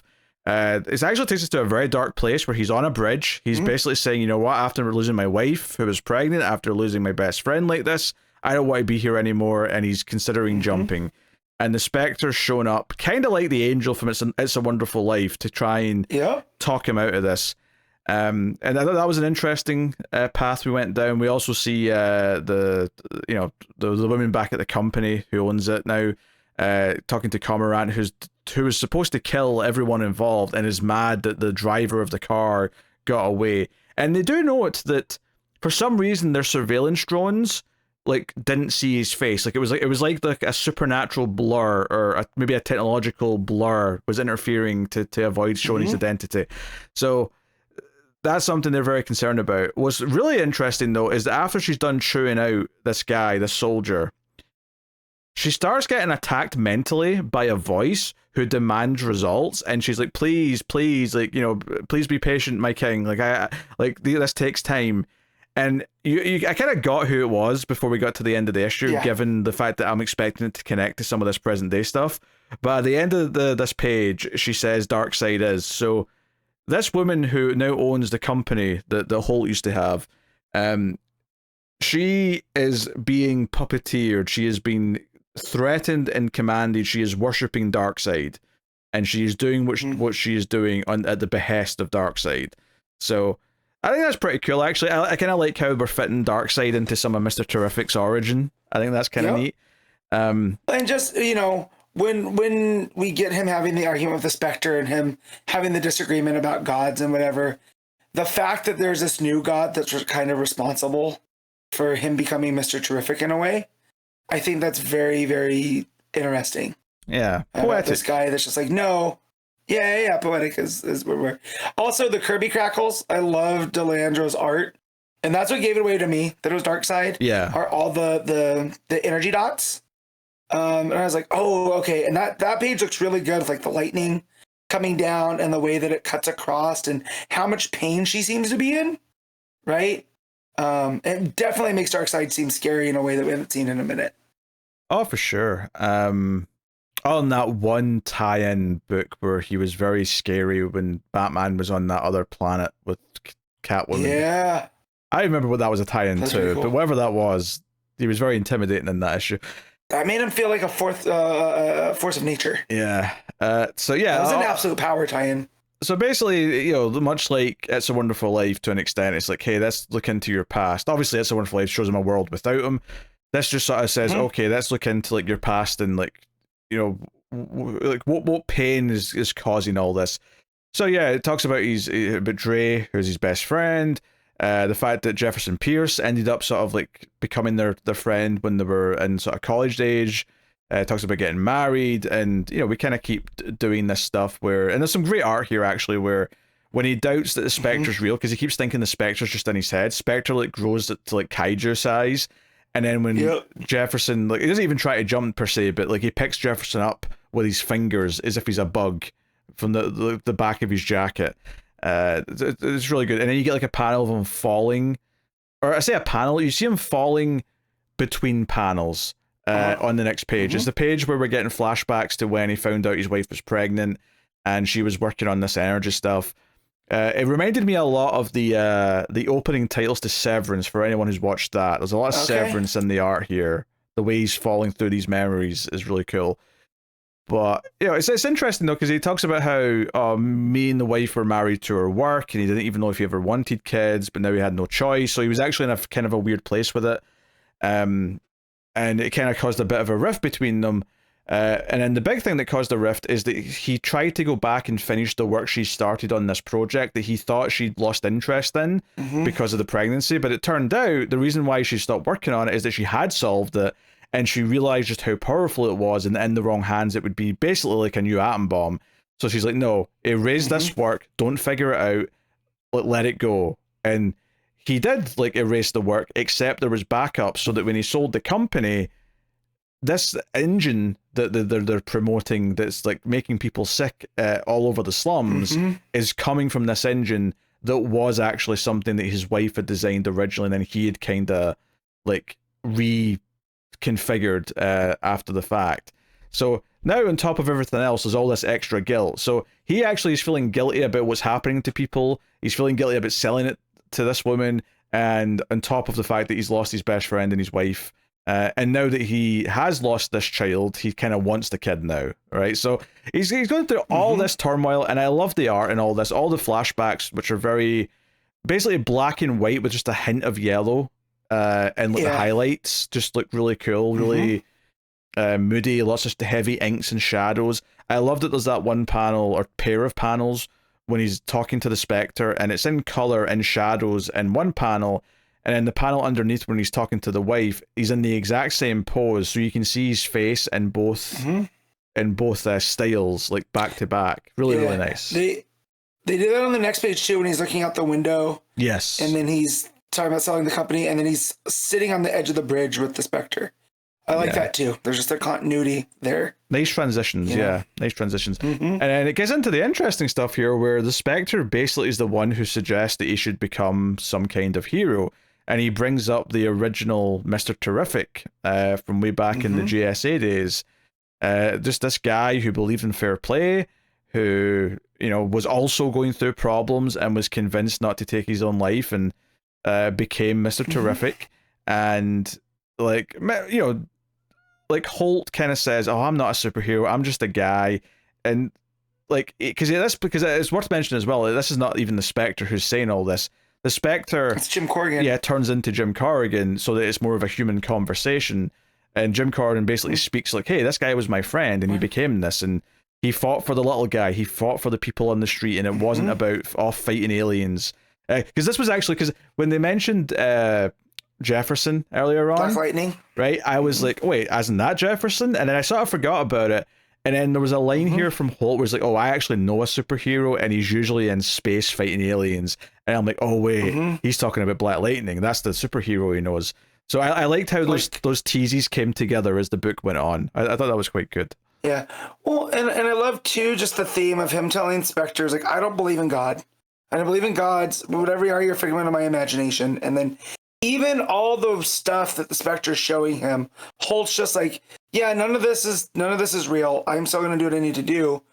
But it's not until the Spectre becomes his human form, that's who gets through, right? Yeah. And it's a very human story that this guy was also just a guy, but he didn't let that limit him. He wanted what was best for the smaller person. He wanted what was fair. And eventually that's what does it. And I really, again, talk about poetic. That's another piece that's just poetic. It's human-to-human interaction that gets Mr. Terrific to want to be larger than life. Yeah, and then the next page is him going to the funeral of Dre, and there's drones from the company trying to look at everyone to see if they can see the driver, someone who matches the build. And the woman's like, wait, is that Michael Holt? Oh shit, we've got problems. And that just gets, so it kind of leaves that tease of like they're aware that he's in some way involved in this person, and that's probably something they're going to have to deal with. Probably because he's going to know what the devices they're using and like be able to do certain things. But Jefferson's at the funeral and tries to talk to Holt, and he doesn't want to do it. He's like, this is not the time for this. And unfortunately, there's a Justice League call in the middle, so he has to go off and help, save the day somewhere. So, but he's like, hey, like if we find out who did this, like I'm bringing hell to them. But the final page is Mr. Terrific saying, not if I find them first. And he seems to have a pair of red shades and a simple jacket that says fair play in the back. So this is like his first attempt, the first prototype of his outfit here, as he's entering into the city where all the people are getting sick. And the building, of course, just the company. Yeah, the Prescott Tower sitting there in the background with over the purple and like pink of the sunset. Just the way that it does the color gradient down to him who's black with red. He just stands out against all those other colors. Yeah, I think what I like it makes him feel like he is the smaller guy. And he's standing in a basketball court holding a basketball, and I think the point of this here is that earlier on it showed you kids playing on the court, and I feel like as well, just in general, whenever you're doing like the kids on the street in the city, it's always like the public basketball court, which is kind of the representation of like the little guy, and then you've got this tower like literally towering over it in the background. It's the perfect image of like, okay, he's been motivated, he's going to go and try and do something, and maybe not succeed this time because it's his first attempt at anything, but curious to see like how this progresses from here. But I was not expecting the Mr. Terrific Spectre It's a Wonderful Life thing to be what gets him going, but it's an interesting avenue to take, because it does kind of like cement his origin. It fits into the DCU in a way that, because like Superman, Batman, Wonder Woman, like all of their origins are all very independent of everything else, where if you've got just like a Batman movie, for example, where there's no other DC universe that exists, everything about Batman's origin is still there and intact, because it doesn't matter anything else in the universe. But with Mr. Terrific, you're like, oh, he already knows Black Lightning. He takes his name from an old superhero from like the old days. He gets inspired by Jim Corrigan / the Spectre to be motivated to actually take part in some of this.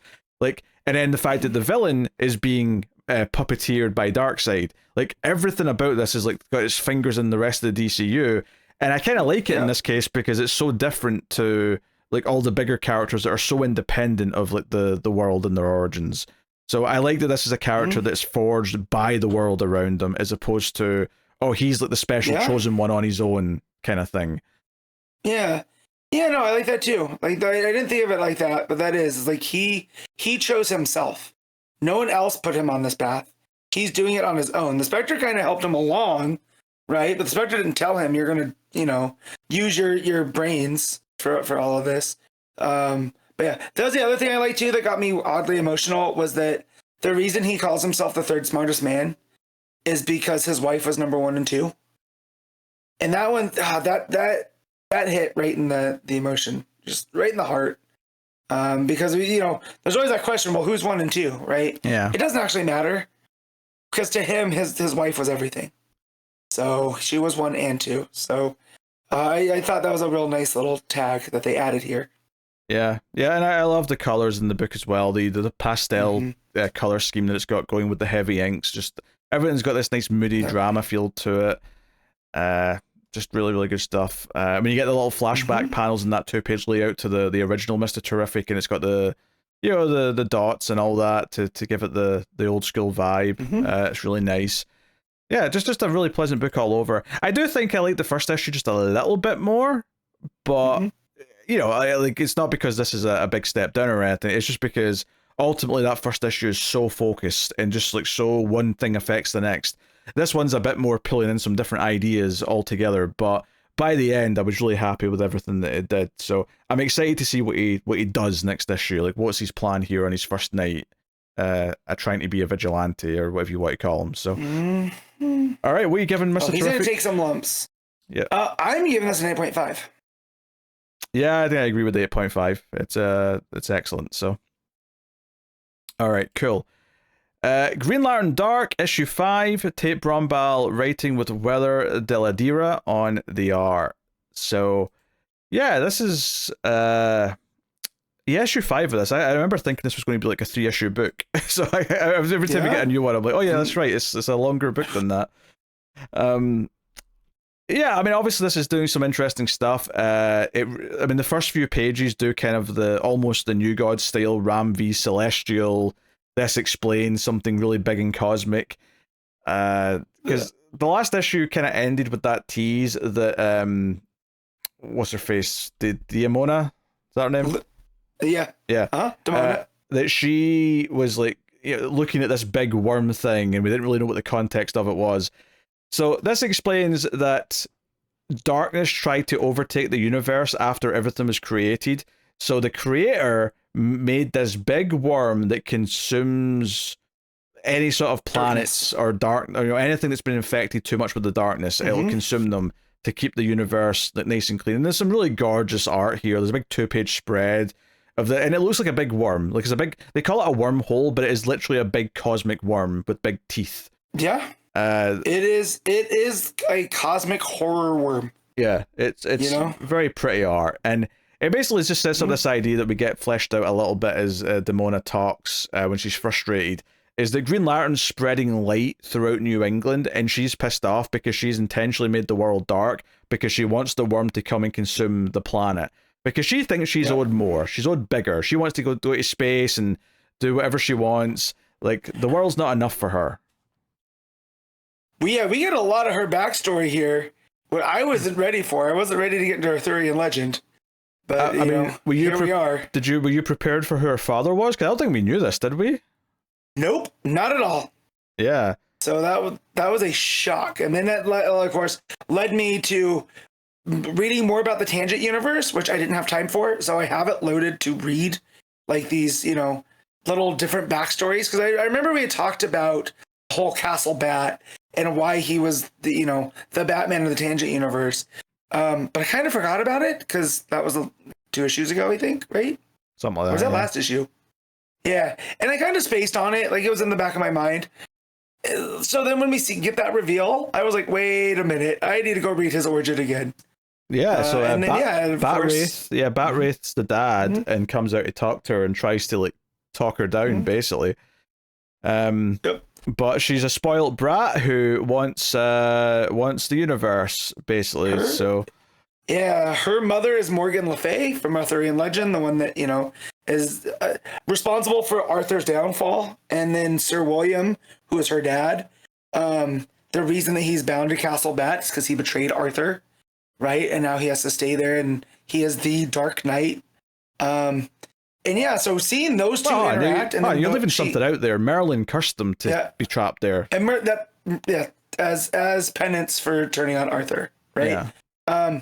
And so her having her mom here too as a mummy, I was like, okay, that's different. Like, it took it into a creepy, but in a good way, because now we went from knowing nothing about Demona as a character to now we're just like, oh my god, she's a creepy girl.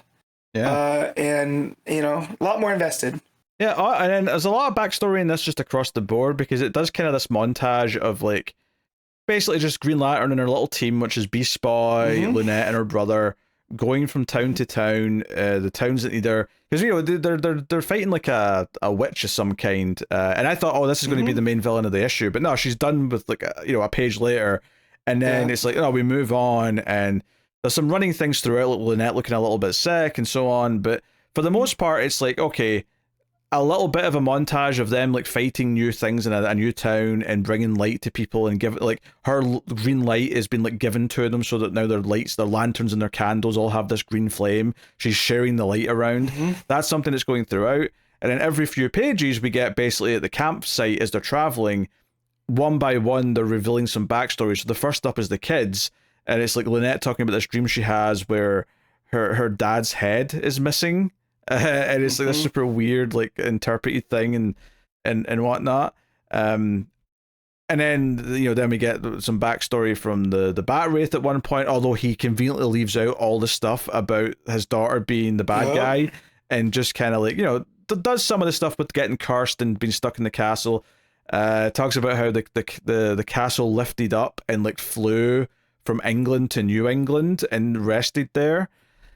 So you've got a little bit of that. You get Beast Boy talking about touching the meteor and how he basically, when he went back to not being in beast form, it's kind of like a Hulk thing or a werewolf thing where he basically saw all the people he'd killed whilst he was in beast form and had to try and deal with that, and he ran away. So it does a little bit of backstory for each of them, and maybe the most interesting is Green Lantern herself, because we get a little bit of, no, she actually did find a previous Lantern who was like on fire in the woods. And she said, I'm sorry, before she passed on the energy to her. But there's kind of a happy page, though, where she says, like, I've been carrying this flame, kind of ashamed of it, but also kind of wanting to let it unleash. But I didn't realize all this time that I could share it. And it's been my favorite page of the issue where, like, all the panels behind her, and for the first time, it looks like she's smiling. And you see in the background just all these people holding candles with green flames. So it's just this idea that things are actually getting quite positive, which is why, of course, we have to end with a really dark cliffhanger, because like everyone's too happy. Like they're spreading the hope. The light is coming back to the island of New England that's separated from everywhere else. But at the end, Lynette collapses. She's sick, and we're reminded that Demona had been in contact previously with the brother, because this was a thing we saw a while ago. Yep. And she's like, hey, you've been helping her too much. This Green Lantern's been bringing up too much light to everywhere. So the boy says, hey, I'll do anything if you save my sister. I'll do anything. Like, like, you're right. She can't be trusted. Like, what do you want? So she's like, good boy. I'll be forgiven if you do one thing. She hands him like a thing, this seed, like plant it and drop a tear, one of your tears, one of your child tears on it. And she just says, Demona's been bored greatly with these games. So the ending is kind of similar to the cliffhanger last time, where it's like, hey, I've got something coming. Although this time it looks like a big flame creature that's coming from her hands. Yeah, I thought I was going to say more than that. No, just a big flame monster that she's, whatever she's got up the plan. I feel like she's a flame creature, though, to put out other flames seems like, maybe she's trying to start a different fire to put out the green flame. I mean, she said she's going to snuff out all the light herself, because she wants to plunge the world into permanent darkness, and obviously she's pissed at the Green Lanterns putting a stop to this. So I do like the brother character being put in this really tough spot where he's going to have to like help the villain to try and save his sister. So all of this sickness that was slowly building up throughout the year, because they kept saying she looked a little bit rough, maybe she needs some water, and she kept saying, I'm fine. So it's building to something, but this idea that the villain's behind it, and it's all a ploy to manipulate the brother, is actually quite nefarious, and I think has really sold this idea of like just how bad she is. As if like, putting the entire world into darkness wasn't already enough to say she's a villain, but that wrinkle of her dad being the Bat Wraith and him keeping that from the rest of them is an interesting little pivot as well. Hey, much better than all that Aquaman King Arthur stuff that I dropped like a bad habit. Yeah. Well, because you understand about the whole, he betrayed them. And so now this is his curse for doing that.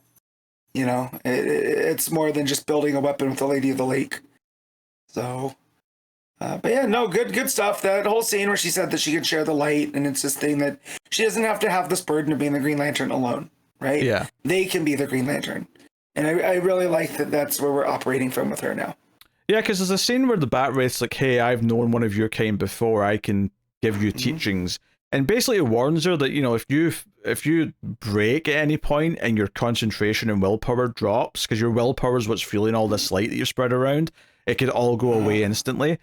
And he's kind of pessimistic, but she's kind of saying, no, I mean, I think, like, you know, like, this is... Like, she's not worried about it, and maybe, don't get me wrong, I suspect that we'll have a payoff to that where maybe it all does go out when she gets a moment of weakness or something.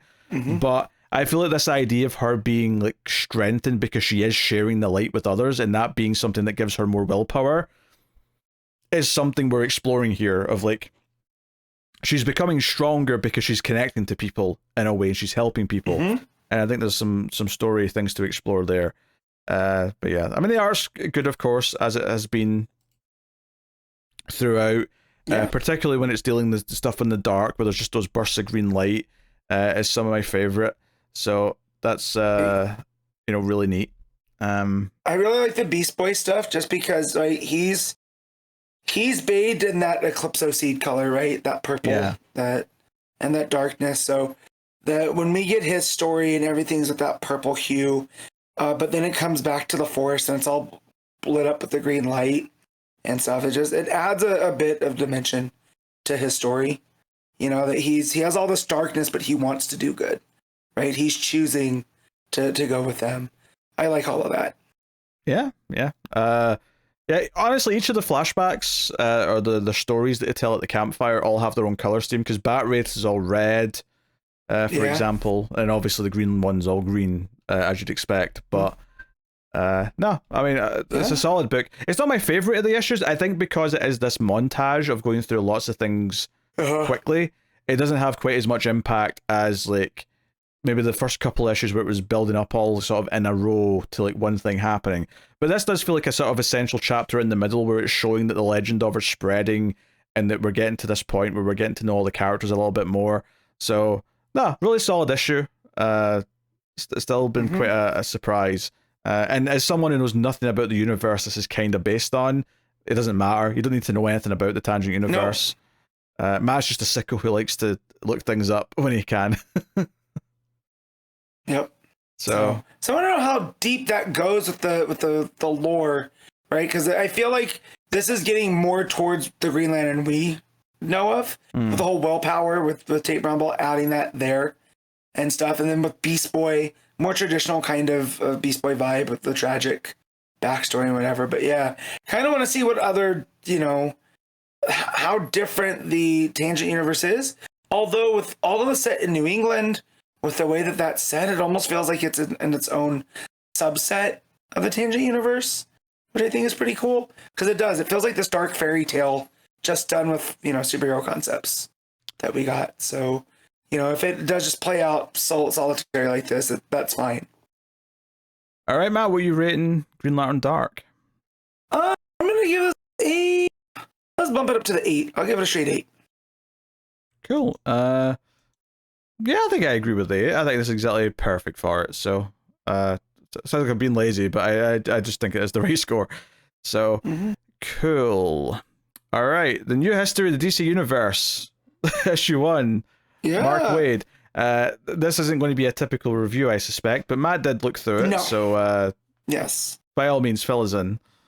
Yeah, so this is just basically a bunch of, it's like a timeline with narration boxes with art over the course of the history of the DC Universe. It's all like one-page splash pages, though, right? Yeah, yep. There's no panels or anything like that.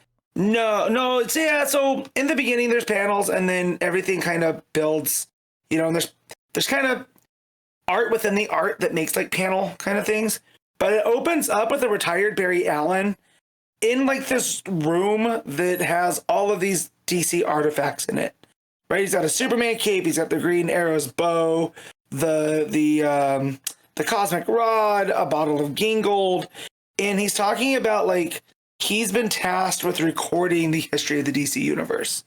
And he's like, because It makes me uncomfortable. He prefers his history structured, which is why, as his most traveled witness, it's his responsibility to record it, right? So, and it just, from there, it starts at the beginning with the Source and Perpetua and Anti-Monitor, and this is the third time he came up this week, which I thought was weird.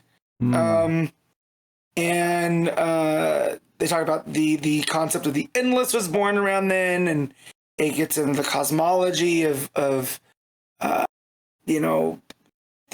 reign in hell with Lucifer and the Spectre and the Eclipso, the Manhunters later on Oa. So it jumps around the universe when the humanoids first popped up on Maltus, and they became the guardians of the universe, and they get into all of that, and we get through this big cosmological side of the DC universe in this issue.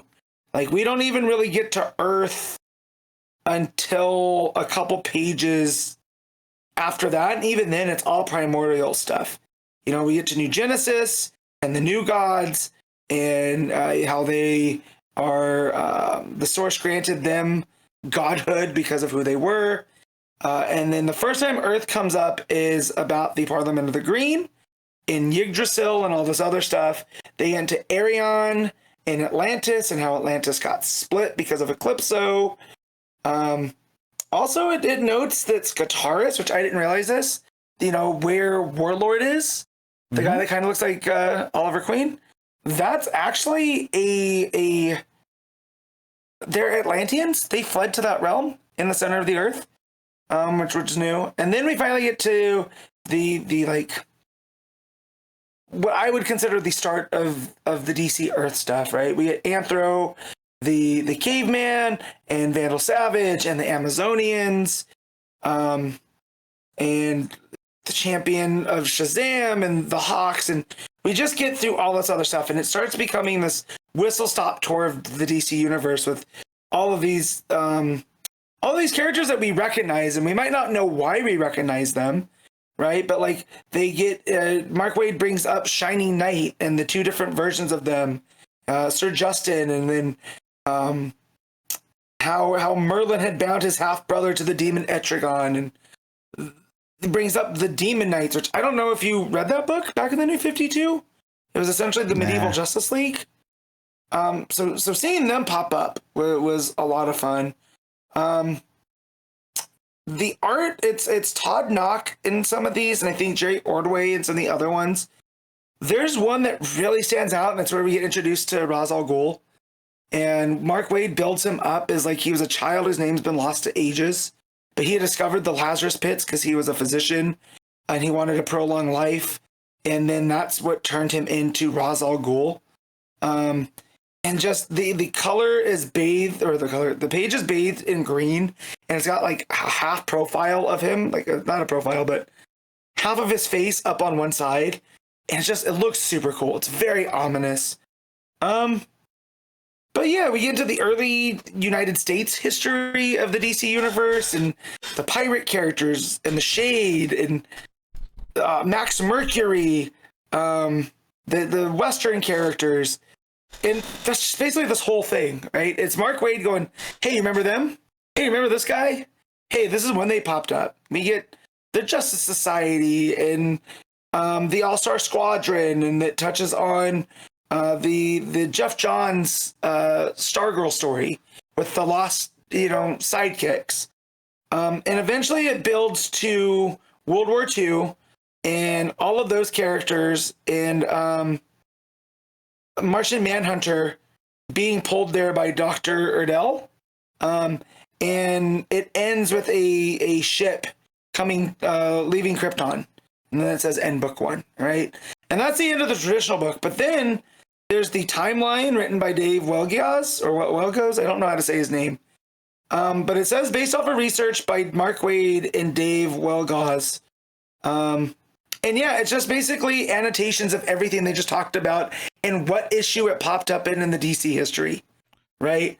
So it's pulling from all of them, and based off of Mark Waid's research, this is going to be the new timeline where if they want to tell stories, this is where it was established, which kind of cool, but at the same time, it's a history book. Doesn't right? make for exciting reading, though. No, and a lot of the pages are cool because there's panels within the page, but there's none of the gutters or anything.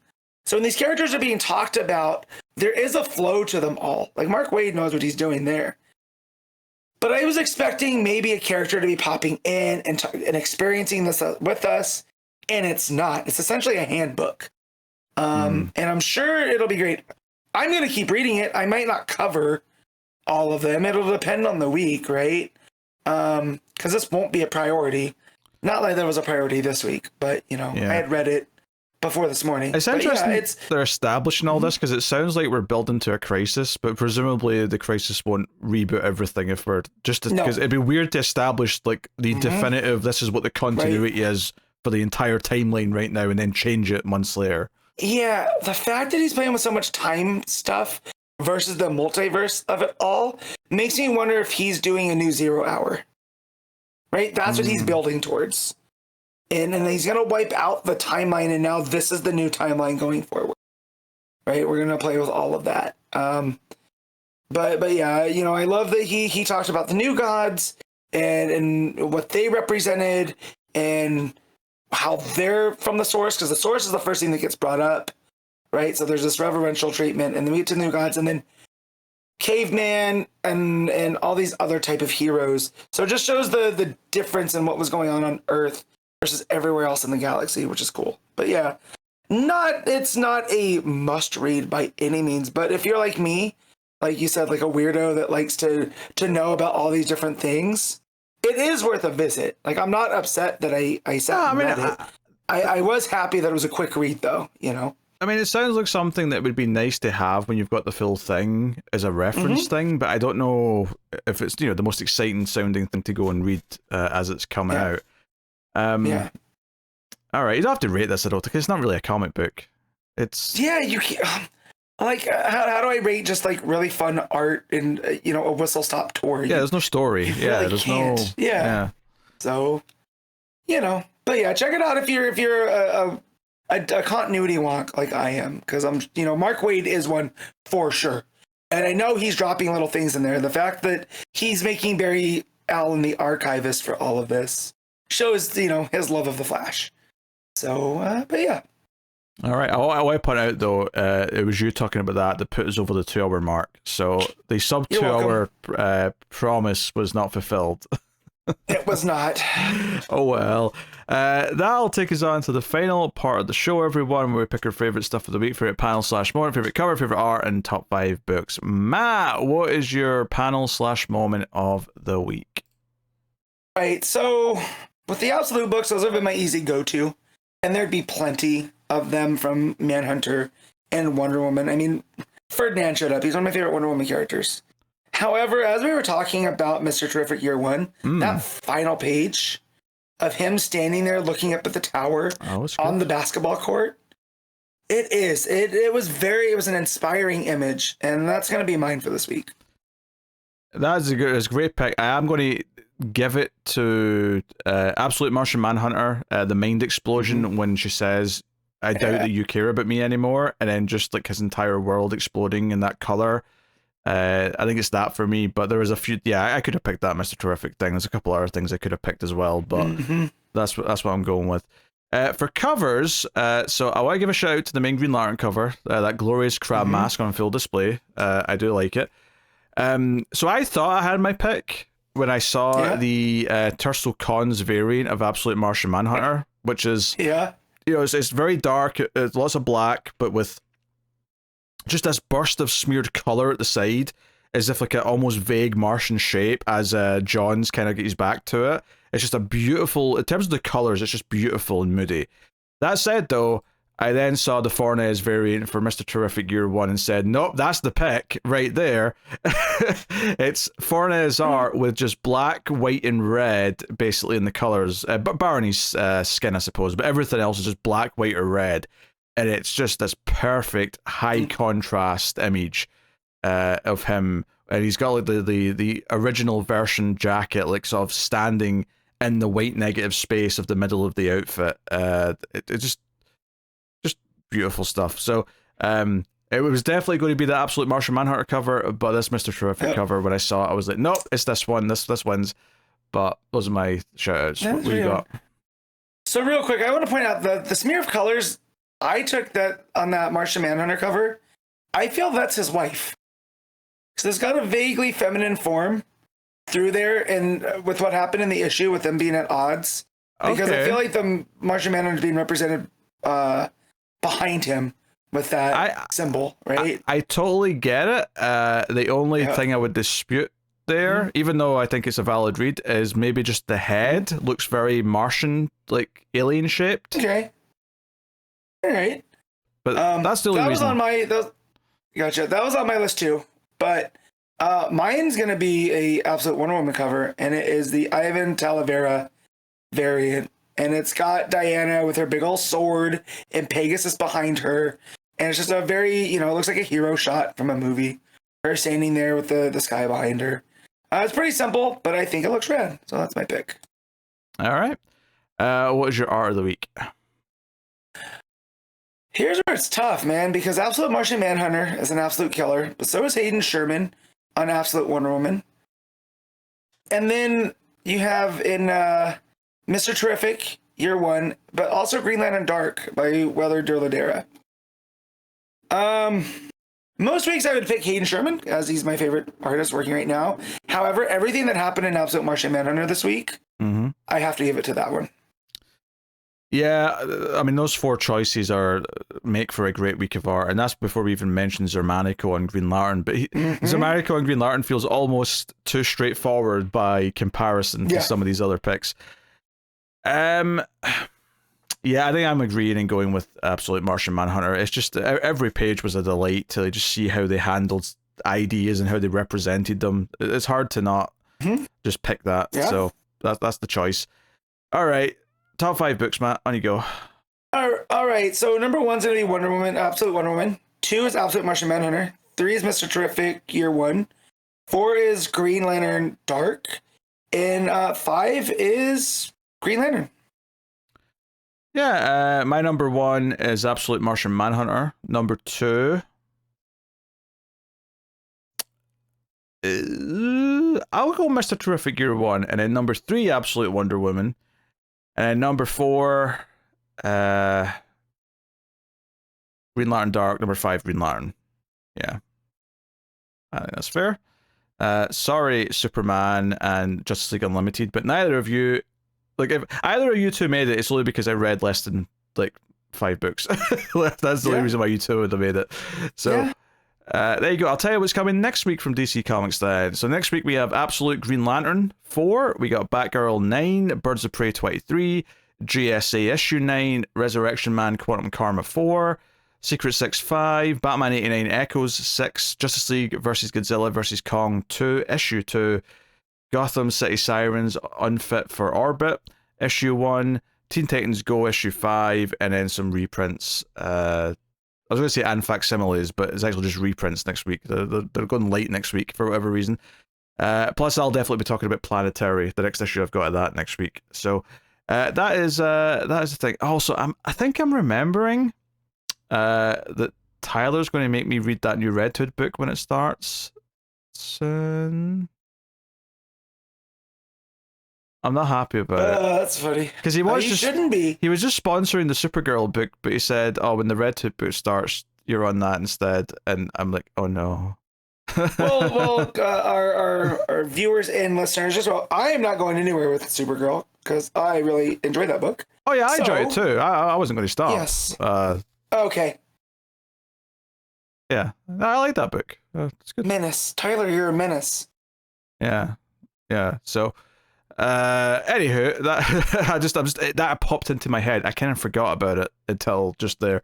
But that's the show, everyone. That has been Comics from the Multiverse. You can, of course, let us know what you thought of the books in the comments, subscribe, all the usual YouTube things. You can support the show over at patreon.com/MailFuzzTV. Help keep it coming. Any support is greatly appreciated, and helps you get the show a little bit early, and it helps keep it coming. Plus, you can check out all the other shows that I do about movies and TV shows over at Mail Fuzz Movies, or the various podcast feeds there within. If you look at the Patreon, you'll see what the various shows are. Relevant right now is we're doing Superman season on Collector's Cut, which is a movie review show where we do seasons of movies, and on building up to the new one, we're doing the Superman movie. Superman 3's review just came out this weekend. It was a 2.5-hour review. We had lots to say, so if that sounds like a fun time, you can hear me and David chat endlessly about it over there. But that is the show, everyone. So thank you very much for joining. We do appreciate it. Keep reading DC Comics. And remember to never get lost in the Speed Force.